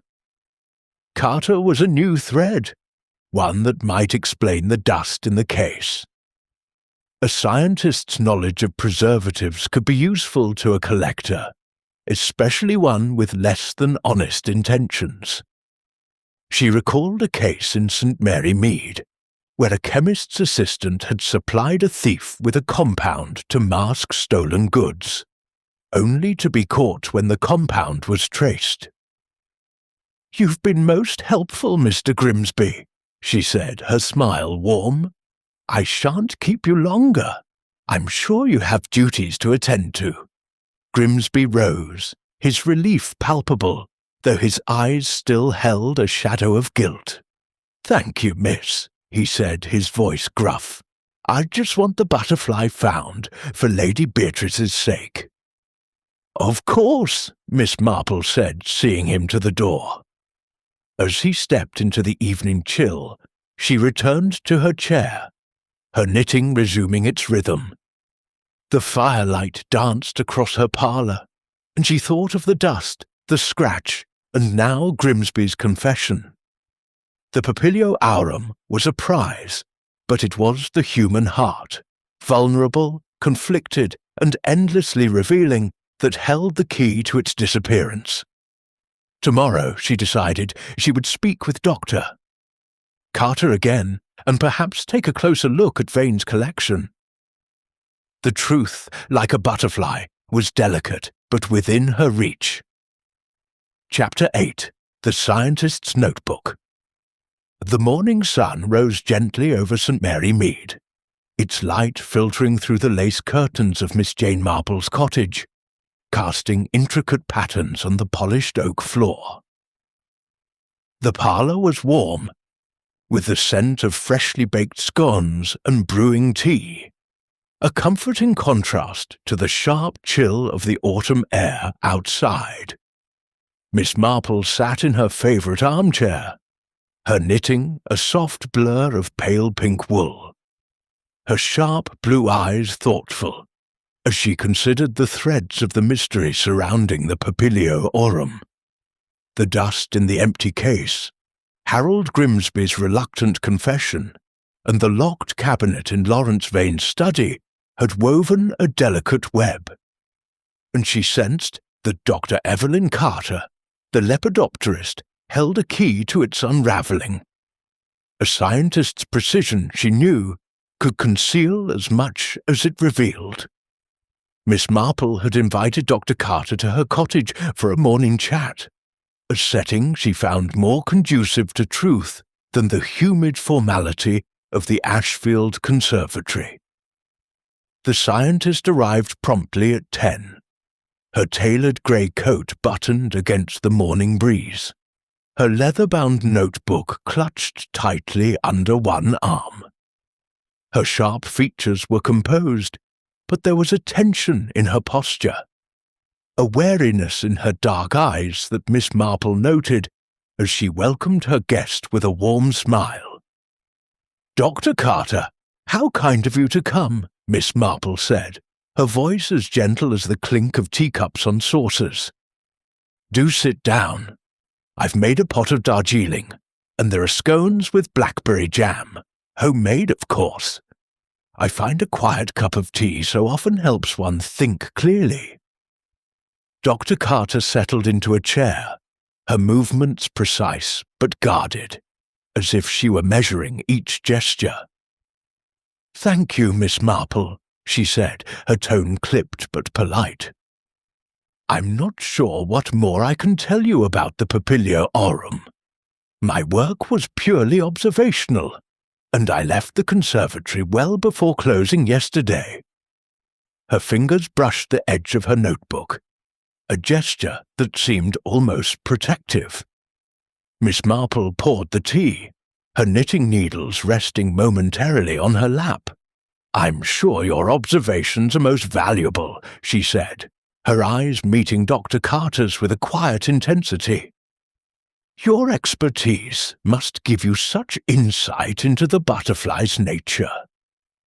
I was wondering, though, might I see your notebook? Your sketches and notes must be fascinating, and they may shed light on what happened to our missing specimen." Dr. Carter hesitated, her fingers tightening around the notebook's leather cover.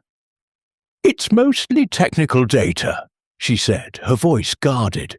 "Wing measurements, scale patterns, that sort of thing. I doubt it would be of interest to anyone but a specialist." Yet her reluctance was palpable, and Miss Marple's smile remained serene, though her mind was alert to the scientist's unease.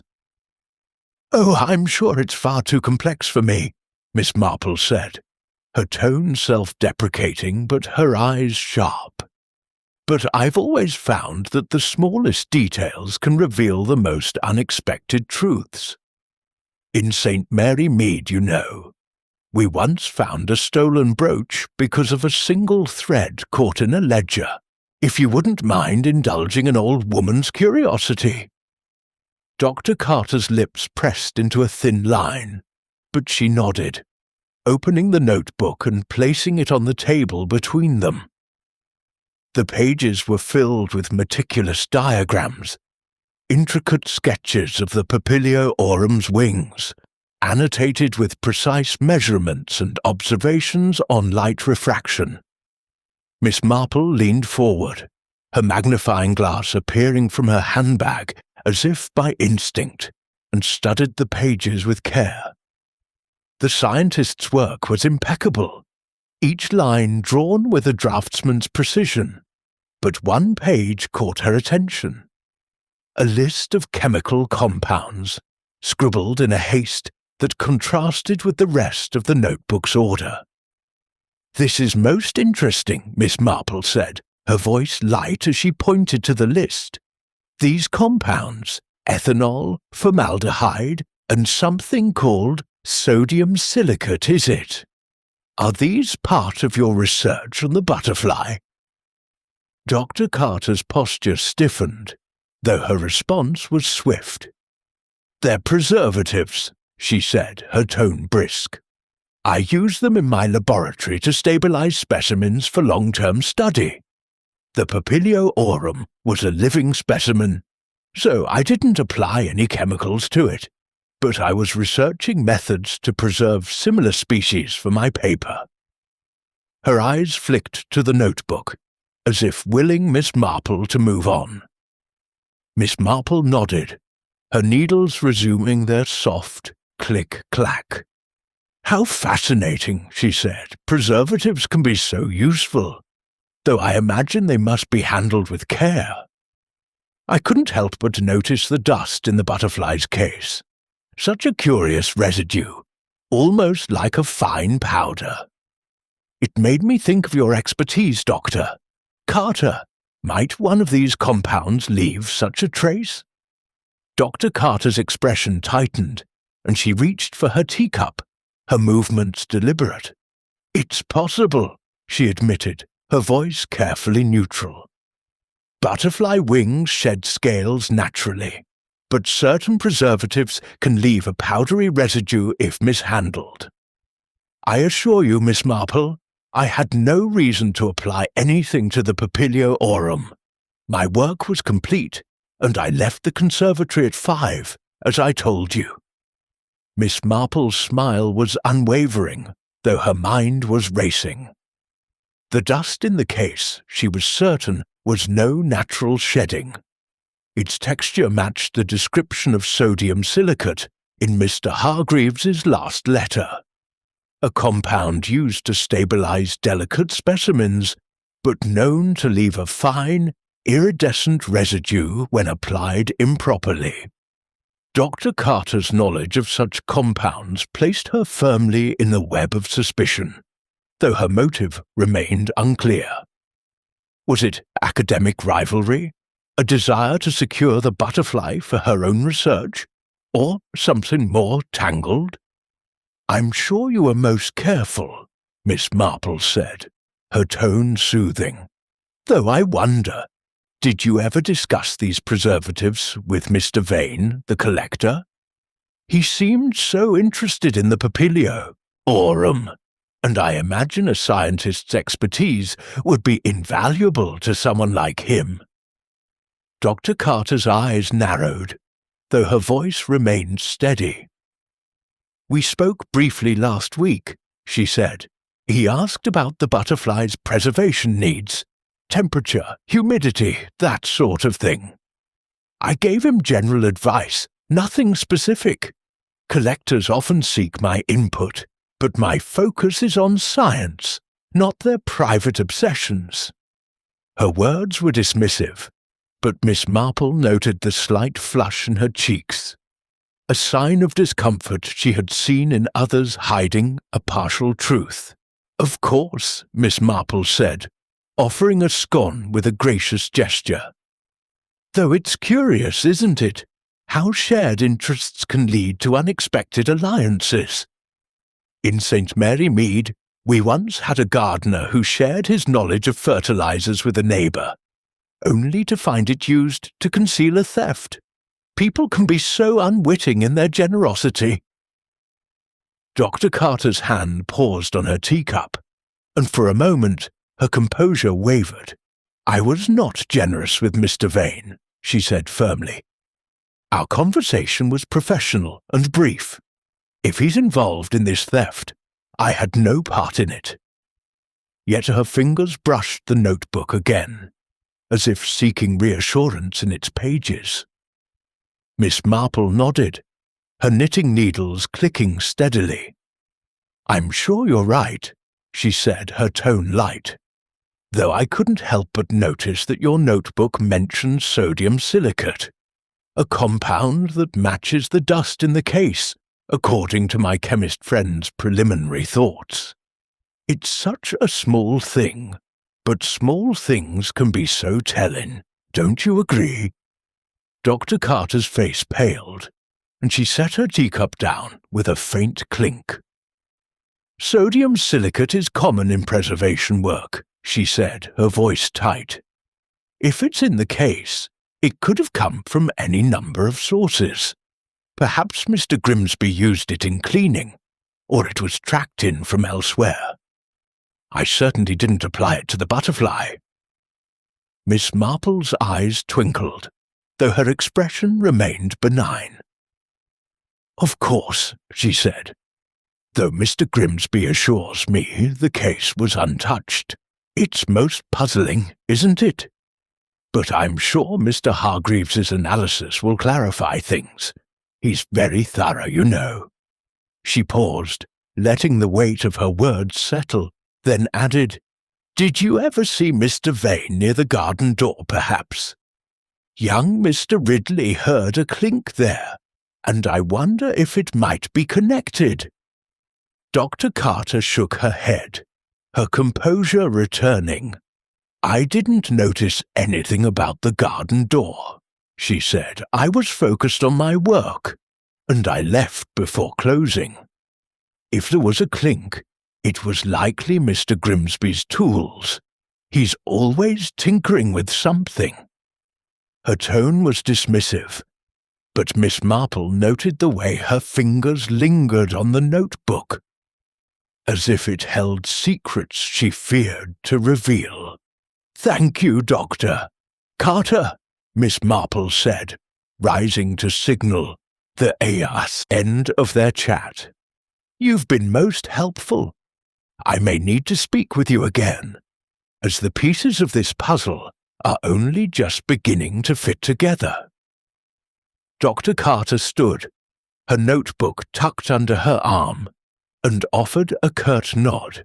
"I'll be in London for the next few days," she said. "You can reach me through Lady Beatrice if necessary." Her departure was brisk, her footsteps echoing on the cottage's stone path as she left. Miss Marple returned to her knitting, the firelight dancing across her parlour. The notebook's list of compounds, Grimsby's confession about Vane's bribe, and the dust in the case were threads in a tightening web. She thought of a saint, Mary Mead seamstress, who had once hidden a stolen cameo in a spool of thread, only to be caught when the thread unravelled. Dr. Carter's precision, she suspected, was both her strength and her weakness, and the truth, like a butterfly, was fluttering closer to her grasp. Chapter 9. The Visitor's Sketch. The soft light of late morning filtered through the lace curtains of Miss Jane Marple's cottage, casting delicate shadows across the polished oak table where she sat, her knitting a steady rhythm of pale pink wool. The fire in the grate had died to embers, but the room remained warm, scented with the faint aroma of Darjeeling tea and the blackberry jam she had served earlier. The mystery of the Papilio aurum was unfolding like a carefully knitted pattern. Each stitch, Grimsby's confession, Dr. Carter's guarded notebook, Vane's locked cabinet, revealing a bit more of the design. Yet Miss Marple knew that young Thomas Ridley, the village artist with his smudged sketchbook, held a thread she had yet to fully unravel. His earnestness, she suspected, was genuine, but innocence could be as deceptive as guilt in the right light. She had invited Ridley to her cottage for a second conversation, hoping the familiar setting would ease his nerves and loosen his tongue. The lad arrived just after 11, his lanky frame slightly hunched, his tweed jacket as patched as before. His hazel eyes were bright with a mix of curiosity and apprehension, and his sketchbook, clutched tightly under his arm, seemed almost an extension of himself. Miss Marple greeted him with her usual warmth, gesturing to a chair by the table, where a fresh pot of tea and a plate of shortbread biscuits awaited. "Mr. Ridley, how good of you to come," she said, her voice soft but carrying that quiet authority that put people at ease. "I do hope you're not too troubled by this business with the butterfly. Your sketches were so very striking, and I thought we might have a little chat about them. Do sit down. Help yourself to a biscuit." Ridley settled into the chair, his movements awkward, as if unsure of his place in the cosy parlour. "Thank you, Miss Marple," he said, his voice soft but earnest. "I don't mind coming, really. I just want to help find the Papilio aurum. It was like nothing I've ever drawn before." He opened his sketchbook, flipping to the page with his rendering of the butterfly, its golden wings captured with a precision that belied his youth. Miss Marple leaned forward, her spectacles glinting as she examined the sketch. The lines were meticulous, each scale of the wing rendered with care, the iridescence suggested by subtle shading. Yet her eyes were drawn to the faint smudge at the page's edge, a trace of the same iridescent dust she had found in the conservatory's case. "This is remarkable work, Mr. Ridley," she said, her tone one of genuine admiration. "You must have studied the butterfly closely to achieve such detail. Though I wonder, how did this smudge come to be here?" She tapped the page lightly with her knitting needle, her gaze meeting his with a gentle but probing intensity. Ridley's face flushed, and he shifted in his chair, his fingers fidgeting with the sketchbook's cover. I don't know, miss," he stammered.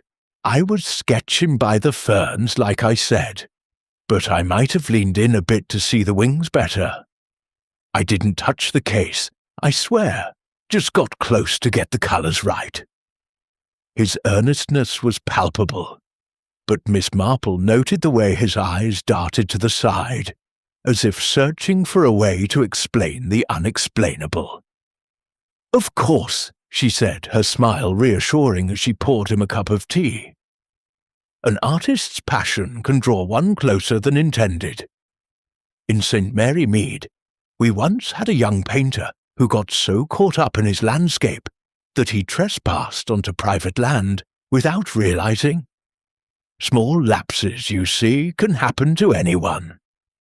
Her tone was light, but her words carried a weight that made Ridley's flush deepen. "I didn't mean any harm," he said quickly, accepting the tea with unsteady hands. "I just wanted to capture the Papilio aurum perfectly. It's not every day you see something so beautiful." He paused, then added, "I left before Mr. Grimsby locked up, and I didn't see anything odd, except that clink I mentioned near the garden door." Miss Marple's needles clicked softly, her eyes never leaving Ridley's face. "Yes, the clink," she said, her voice thoughtful. "Such a curious detail. You said it sounded like metal on metal, perhaps a tool, or a key? Did you see anyone near the door when you heard it?" Ridley shook his head, his brow furrowing as he tried to recall. "No one, miss. I was packing up my pencils, ready to leave, and I heard it as I passed the jasmine vines. I thought it was Mr. Grimsby, maybe fixing something. He's always got his tools about." He hesitated, then added, "Doctor. Carter was gone by then, I think. I saw her heading out earlier with her notebook." Miss Marple nodded, her mind turning over the timeline. Dr. Carter had claimed to leave at 5, Ridley shortly after, and Grimsby had locked up at 6. The clink, heard just before Ridley's departure, suggested someone had been at the garden door, as someone who might have had access to a key or the means to tamper with a lock. She thought of the scratch she had noticed, a subtle mark that spoke of care rather than force. "You've a good ear, Mr. Ridley," she said, offering him a biscuit. "Such details can be so telling. Did you notice anything else? Perhaps someone lingering outside, or an unfamiliar face in the gardens?" Ridley took the biscuit, nibbling it absently as he thought. "Not really, miss. The conservatory was quiet. Just the usual hum of insects and the rustle of leaves. I was so focused on my sketch, I didn't pay much mind to anything else." Yet his fingers brushed the smudged page again, and Miss Marple's keen eyes caught the gesture, a sign of unease she had seen in others caught in half-truths. "Let me see that sketchbook again, if you don't mind," she said, her tone as gentle as a summer breeze. Ridley hesitated, then slid the book across the table, his reluctance clear but overridden by her quiet authority. Miss Marple turned to the page with the papilio aurum, her magnifying glass in hand, and studied the smudge more closely.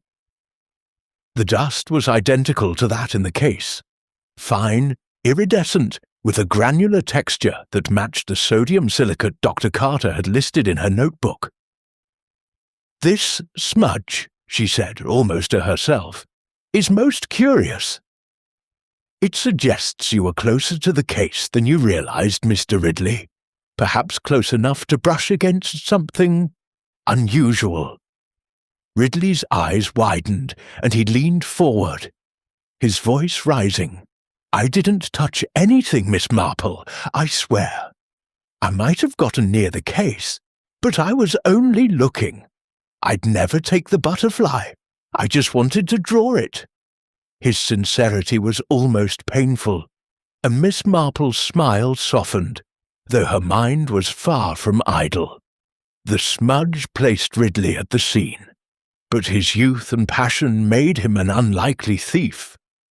More likely, she thought, he had unwittingly crossed paths with the true culprit, picking up the dust in a moment of innocent curiosity. "I believe you, Mr. Ridley," she said, her voice soothing.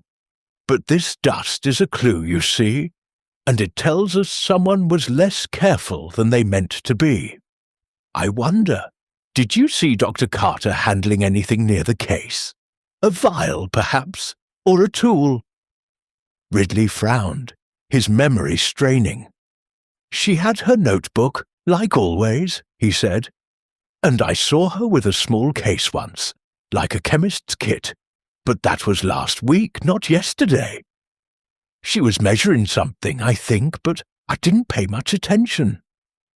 He paused, then added, "Mr. Vane was there that day too, talking to her. I didn't hear what they said, but they seemed serious." Miss Marple's needles paused, her eyes sharpening. The connection between Dr. Carter and Lawrence Vane was a thread she had suspected, and Ridley's observation tightened it. A scientist's expertise and a collector's ambition could form a dangerous alliance, especially if the dust was indeed sodium silicate, a compound Dr. Carter knew well. She thought of a saint, Mary Mead Baker, who had once lent his scales to a neighbour, only to find them used in a scheme to shortchange customers.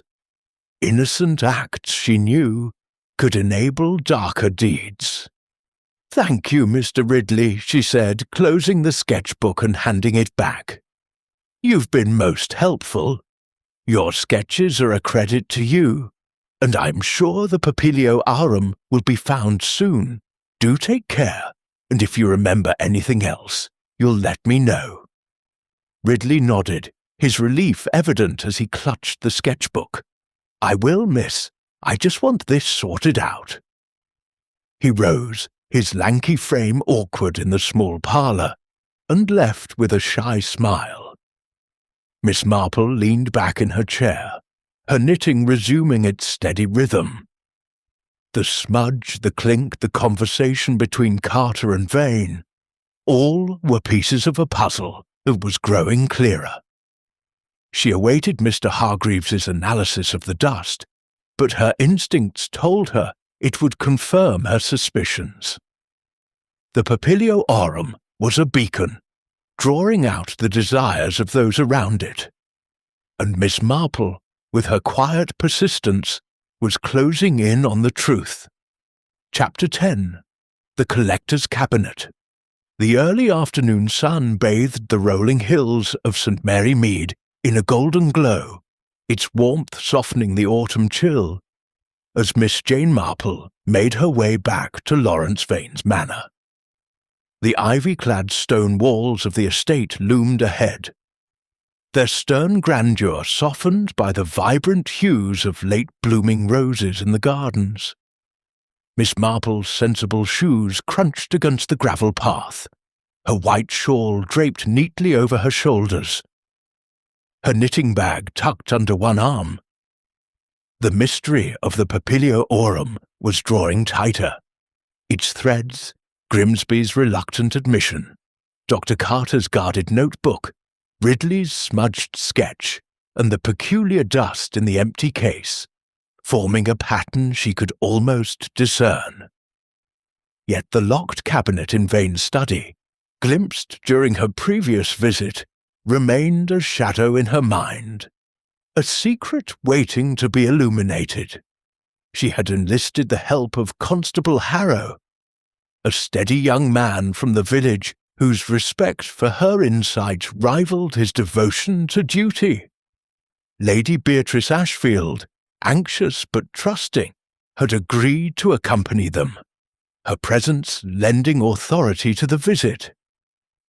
As they approached the manor's heavy oak door, Miss Marple's sharp blue eyes scanned the surroundings, noting the quiet of the estate, a stillness that felt more like concealment than peace. She thought of a saint, Mary Mead widow, who had hidden stolen letters in a locked box, believing them safe, only to be undone by a single careless word. Collectors, she knew, were often blinded by their own desires. The dour housekeeper admitted them, her expression as unyielding as the stone walls. Lawrence Vane awaited in his study, standing by the mahogany desk with its clutter of magnifying glasses and specimen jars. His lean frame was clad in a dark suit, his grey eyes cold but polite as he greeted his visitors. "Miss Marple, Lady Beatrice Constable," he said, his voice smooth but edged with wariness. "To what do I owe this unexpected visit? I trust it's about the unfortunate matter at the conservatory." Miss Marple inclined her head, her smile serene but her gaze piercing. "Indeed, Mr. Vane," she said, settling into an armchair, her knitting needles appearing as if by instinct. The soft click-clack filled the room, a gentle counterpoint to the tension she sensed in her host. "We're making progress in our inquiries, and I thought you might help us clarify a few points. Your expertise as a collector is so very valuable." Vane's smile was thin, his hands clasped behind his back. "I'm happy to assist," he said, though his eyes flicked briefly to the locked cabinet in the corner, a heavy wooden structure with a brass lock that gleamed under the lamplight. "But as I told you, I've had no dealings with the Papiliorum since my visit last week. My collection is entirely legitimate." Miss Marple nodded, her needles moving steadily. "Of course," she said, her tone conversational. "Though I couldn't help but notice this cabinet during my last visit. It's rather striking, isn't it? I imagine it holds your most precious specimens, those too delicate for public display." Her eyes met his, gentle but unrelenting, and she noted the slight tightening of his jaw. "It does," Vane replied, his voice measured. "Rare specimens require protection from light and dust. I keep them locked away for their own safety." He made no move to approach the cabinet, and Miss Marple's smile deepened, though her mind was racing. "How prudent," she said. "Dust can be such a bother, can't it? I was particularly struck by the dust in the conservatory's case. A fine, iridescent powder, not quite like natural wing scales. My chemist friend, Mr. Hargreaves, is analysing it, but I wonder if you might have seen something similar in your work. You're so knowledgeable about preservation." Vane's expression flickered, though he maintained his composure. "Butterfly scales often leave residue," he said, his tone dismissive. "It's common with delicate species like the Papiliorum. I wouldn't read too much into it." Yet his fingers brushed the edge of the desk, a small gesture of unease that Miss Marple noted, recalling a St. Mary Mead jeweller who had betrayed his guilt with a similar tic. "Perhaps," she said, her voice light, "though this dust seems rather particular. Sodium silicate, Mr. Hargreaves suspects. A compound used in preservation, I'm told. Dr. Carter mentioned it in her notebook, and I understand you spoke with her about such matters last week." She paused, letting the words settle, her needles clicking softly. Vane's eyes narrowed, but he offered a cool smile. "Dr. Carter and I discussed preservation briefly, as professionals do. I had no need for her expertise. My methods are well established." His voice was steady, but Miss Marple caught the faint strain in it, a crack in his polished facade. Constable Harrow, standing quietly by the door, shifted his weight, his presence a reminder of authority. Lady Beatrice, her face pale but resolute, spoke up. "Mr. Vane, we're only trying to find the butterfly.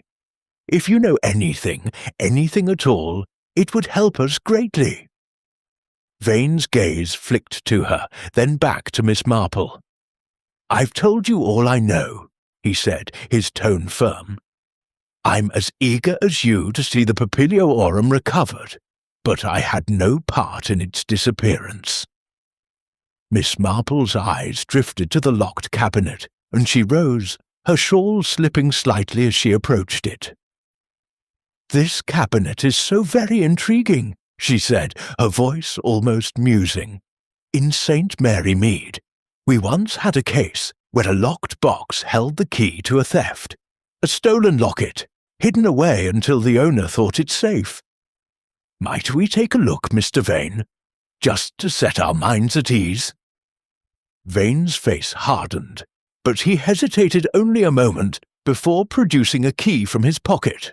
"If it will satisfy you," he said, his voice tight. He unlocked the cabinet with a deliberate slowness, revealing a series of velvet-lined trays, each holding a butterfly or moth of exquisite beauty. Miss Marple leaned forward, her magnifying glass in hand, and her breath caught as she glimpsed a flash of gold. A single Papilio aurum, its wings pinned delicately to a velvet board, its iridescence unmistakable. "There it is!" Lady Beatrice gasped, her hand flying to her mouth. "That's my butterfly!" Vane's composure cracked, his face paling as he stepped back. "This is absurd," he said, his voice rising. "I purchased this specimen legally from a dealer in London. I have papers to prove it." Yet his hands trembled, and Miss Marple's eyes twinkled as she noted the faint trace of iridescent dust on the velvet, identical to that in the conservatory's case. "Constable," she said quietly, "I believe we've found our butterfly. And this dust, sodium silicate I suspect, matches the residue in the conservatory. Mr. Hargreaves will confirm it, but I think Mr. Vane has some explaining to do." Vane's eyes darted to the door, but Constable Harrow stepped forward, his expression firm. "Mr. Vane, I'll need to see those papers," he said, his voice calm but authoritative. "And we'll need to discuss how this butterfly came to be here." Miss Marple returned to her chair, her knitting resuming its steady rhythm. "People are so careless, Mr. Vane," she said, her tone almost regretful. "They leave traces, even when they think they've been clever. A locked cabinet is no match for the truth, you see. It always finds a way to flutter free." Vane stammered a protest, his polished facade crumbling. Miss Marple's mind turned to the remaining threads: Grimsby's bribe, Dr. Carter's knowledge of sodium silicate, and Ridley's innocent proximity. The Papilio aurum was found, but the full story of its theft was yet to be unravelled, and she was determined to see it through. Chapter 11. The Web of Motives. The late afternoon sun cast a warm glow over the Ashfield Conservatory, its rays filtering through the glass panes to illuminate the rows of vibrant plants and gleaming cases. The air was thick with the scent of damp moss and blooming orchids, a serene backdrop to the gathering that Miss Jane Marple had orchestrated. She stood near the empty case where the Papilio aurum had once rested, her white shawl draped neatly over her shoulders, her knitting bag on a nearby bench. Her sharp blue eyes, undimmed by age, surveyed the assembled group: Harold Grimsby, Dr. Evelyn Carter, Thomas Ridley, and Lawrence Vane, each standing in a loose circle, their expressions a mix of unease, defiance, and curiosity. Constable Harrow stood by the main entrance, his steady presence a quiet reminder of authority, while Lady Beatrice Ashfield hovered near Miss Marple, her face pale but resolute. The Papilio aurum had been recovered from Vane's locked cabinet, its golden wings pinned to a velvet board, but Miss Marple knew the theft was more than a simple act of greed. The dust of sodium silicate, Grimsby's reluctant confession, Ridley's smudged sketchbook, and Dr. Carter's guarded expertise had woven a web of motives, and she was ready to unravel it with her usual quiet precision. "Thank you all for coming," she said, her voice gentle, but carrying a clarity that commanded attention. "The Papilio aurum has been found, but the truth of its disappearance is a story worth telling. People, you see, are so very like butterflies, beautifully complex, yet they leave traces of their intentions." She turned to the empty case, her knitting needles clicking softly as she began. "Let us start with the facts. The Papilio aurum vanished sometime after 6 o'clock yesterday evening, when Mr. Grimsby locked the conservatory. The case showed no signs of forced entry, but a faint dust, sodium silicate, as my chemist friend Mr. Hargreaves has confirmed, was found inside.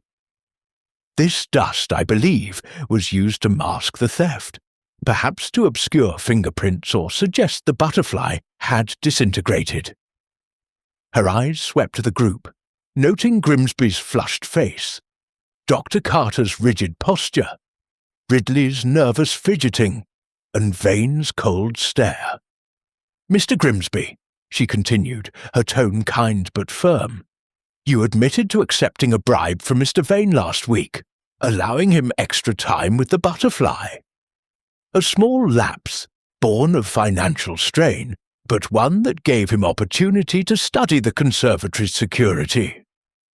Grimsby's shoulders slumped, his cap twisting in his hands, but he nodded, his guilt plain. Miss Marple turned to Dr. Carter, her needles pausing for a moment. "Dr. Carter, your notebook listed sodium silicate among your preservatives dish, and you spoke with Mr. Vane about preservation techniques. Your expertise, I suspect, was used to procure or suggest this compound, though perhaps unwittingly." Dr. Carter's lips parted in protest, but Miss Marple raised a hand, her gesture gentle but commanding. "I don't believe you stole the butterfly, Dr. Carter, but your knowledge was a thread in this web, whether you intended it or not." She shifted her gaze to Ridley, whose face was pale but earnest. "Mr. Ridley, your sketchbook bore a trace of the same dust, placing you near the case. Your passion for art drew you close, but I believe you are merely an observer, caught in the moment of someone else's scheme." Ridley nodded, relief flooding his features, though his hands still clutched his sketchbook tightly. Finally, she turned to Vane, whose cold smile had faded, replaced by a wary tension. "Mr. Vane, your cabinet held the Papilio aurum, its wings pinned with the same sodium silicate dust found in the conservatory. You claim to have purchased it legally, but your papers, as Constable Harrow discovered, are dated after the theft, a clumsy forgery." Vane's jaw tightened, his eyes darting to the constable, but Miss Marple continued, her voice relentless in its softness. "You bribed Mr. Grimsby for access, used Dr. Carter's knowledge to obscure your theft, and exploited the garden door's weaker lock, likely with a duplicate key made from your observations last week." Vane's composure cracked, his voice rising. "This is preposterous. I'm a collector, not a thief. The butterfly was mine by right. Lady Beatrice refused to sell, but it belonged in my collection." His words were a confession, and Miss Marple's eyes twinkled as she saw the web tighten around him. "You see," she said, addressing the group, "Mr. Vane's passion blinded him. He used the sodium silicate, likely obtained through a contact in Dr. Carter's field, to mask his theft, believing it would suggest the butterfly had crumbled. But the dust betrayed him, as did the scratch on the garden door, where he tested his duplicate key." She paused, her needles clicking once more. "In St. Mary Mead, we once had a man who hid stolen coins in a flour tin, thinking them safe. But flour, like dust, clings to everything, and the truth always surfaces." Constable Harrow stepped forward, his voice calm but firm. "Mr. Vane, you'll need to come with me to answer some questions. The evidence is clear, and we'll be contacting your alleged dealer in London." Vane's shoulders sagged, his defiance crumbling as he realized the futility of further protest. Lady Beatrice clasped Miss Marple's hand, her eyes brimming with gratitude. "Jane, you've done it again. I don't know how you see these things." Miss Marple smiled, her knitting steady. "People are so predictable, Beatrice. They weave their own traps, and all one needs is patience to see the pattern. As the group dispersed, Vane escorted by the constable, Miss Marple's mind lingered on the papilio aurum, its beauty a mirror for human folly, and the truth, now freed, fluttered like a butterfly in the light. Chapter 12. The Butterfly's Return. The twilight settled gently over St. Mary Mead, its soft hues painting the sky in shades of lavender and gold, casting a serene glow over the village's thatched cottages and winding lanes. Miss Jane Marple sat by the hearth in her cosy parlour, the fire crackling with a comforting warmth that contrasted with the crisp autumn air outside. Her knitting, a pale pink scarf now nearly complete, lay across her lap, the needles resting idle as she sipped a cup of chamomile tea.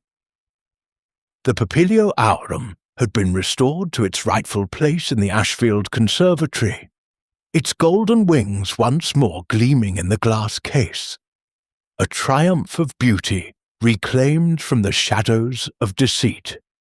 Yet Miss Marple's mind lingered on the human tapestry she had unravelled, each thread, Grimsby's guilt, Dr. Carter's reticence, Ridley's innocence, and Vane's obsession, woven into a pattern as intricate as the butterfly's wings. The day had been one of quiet resolution.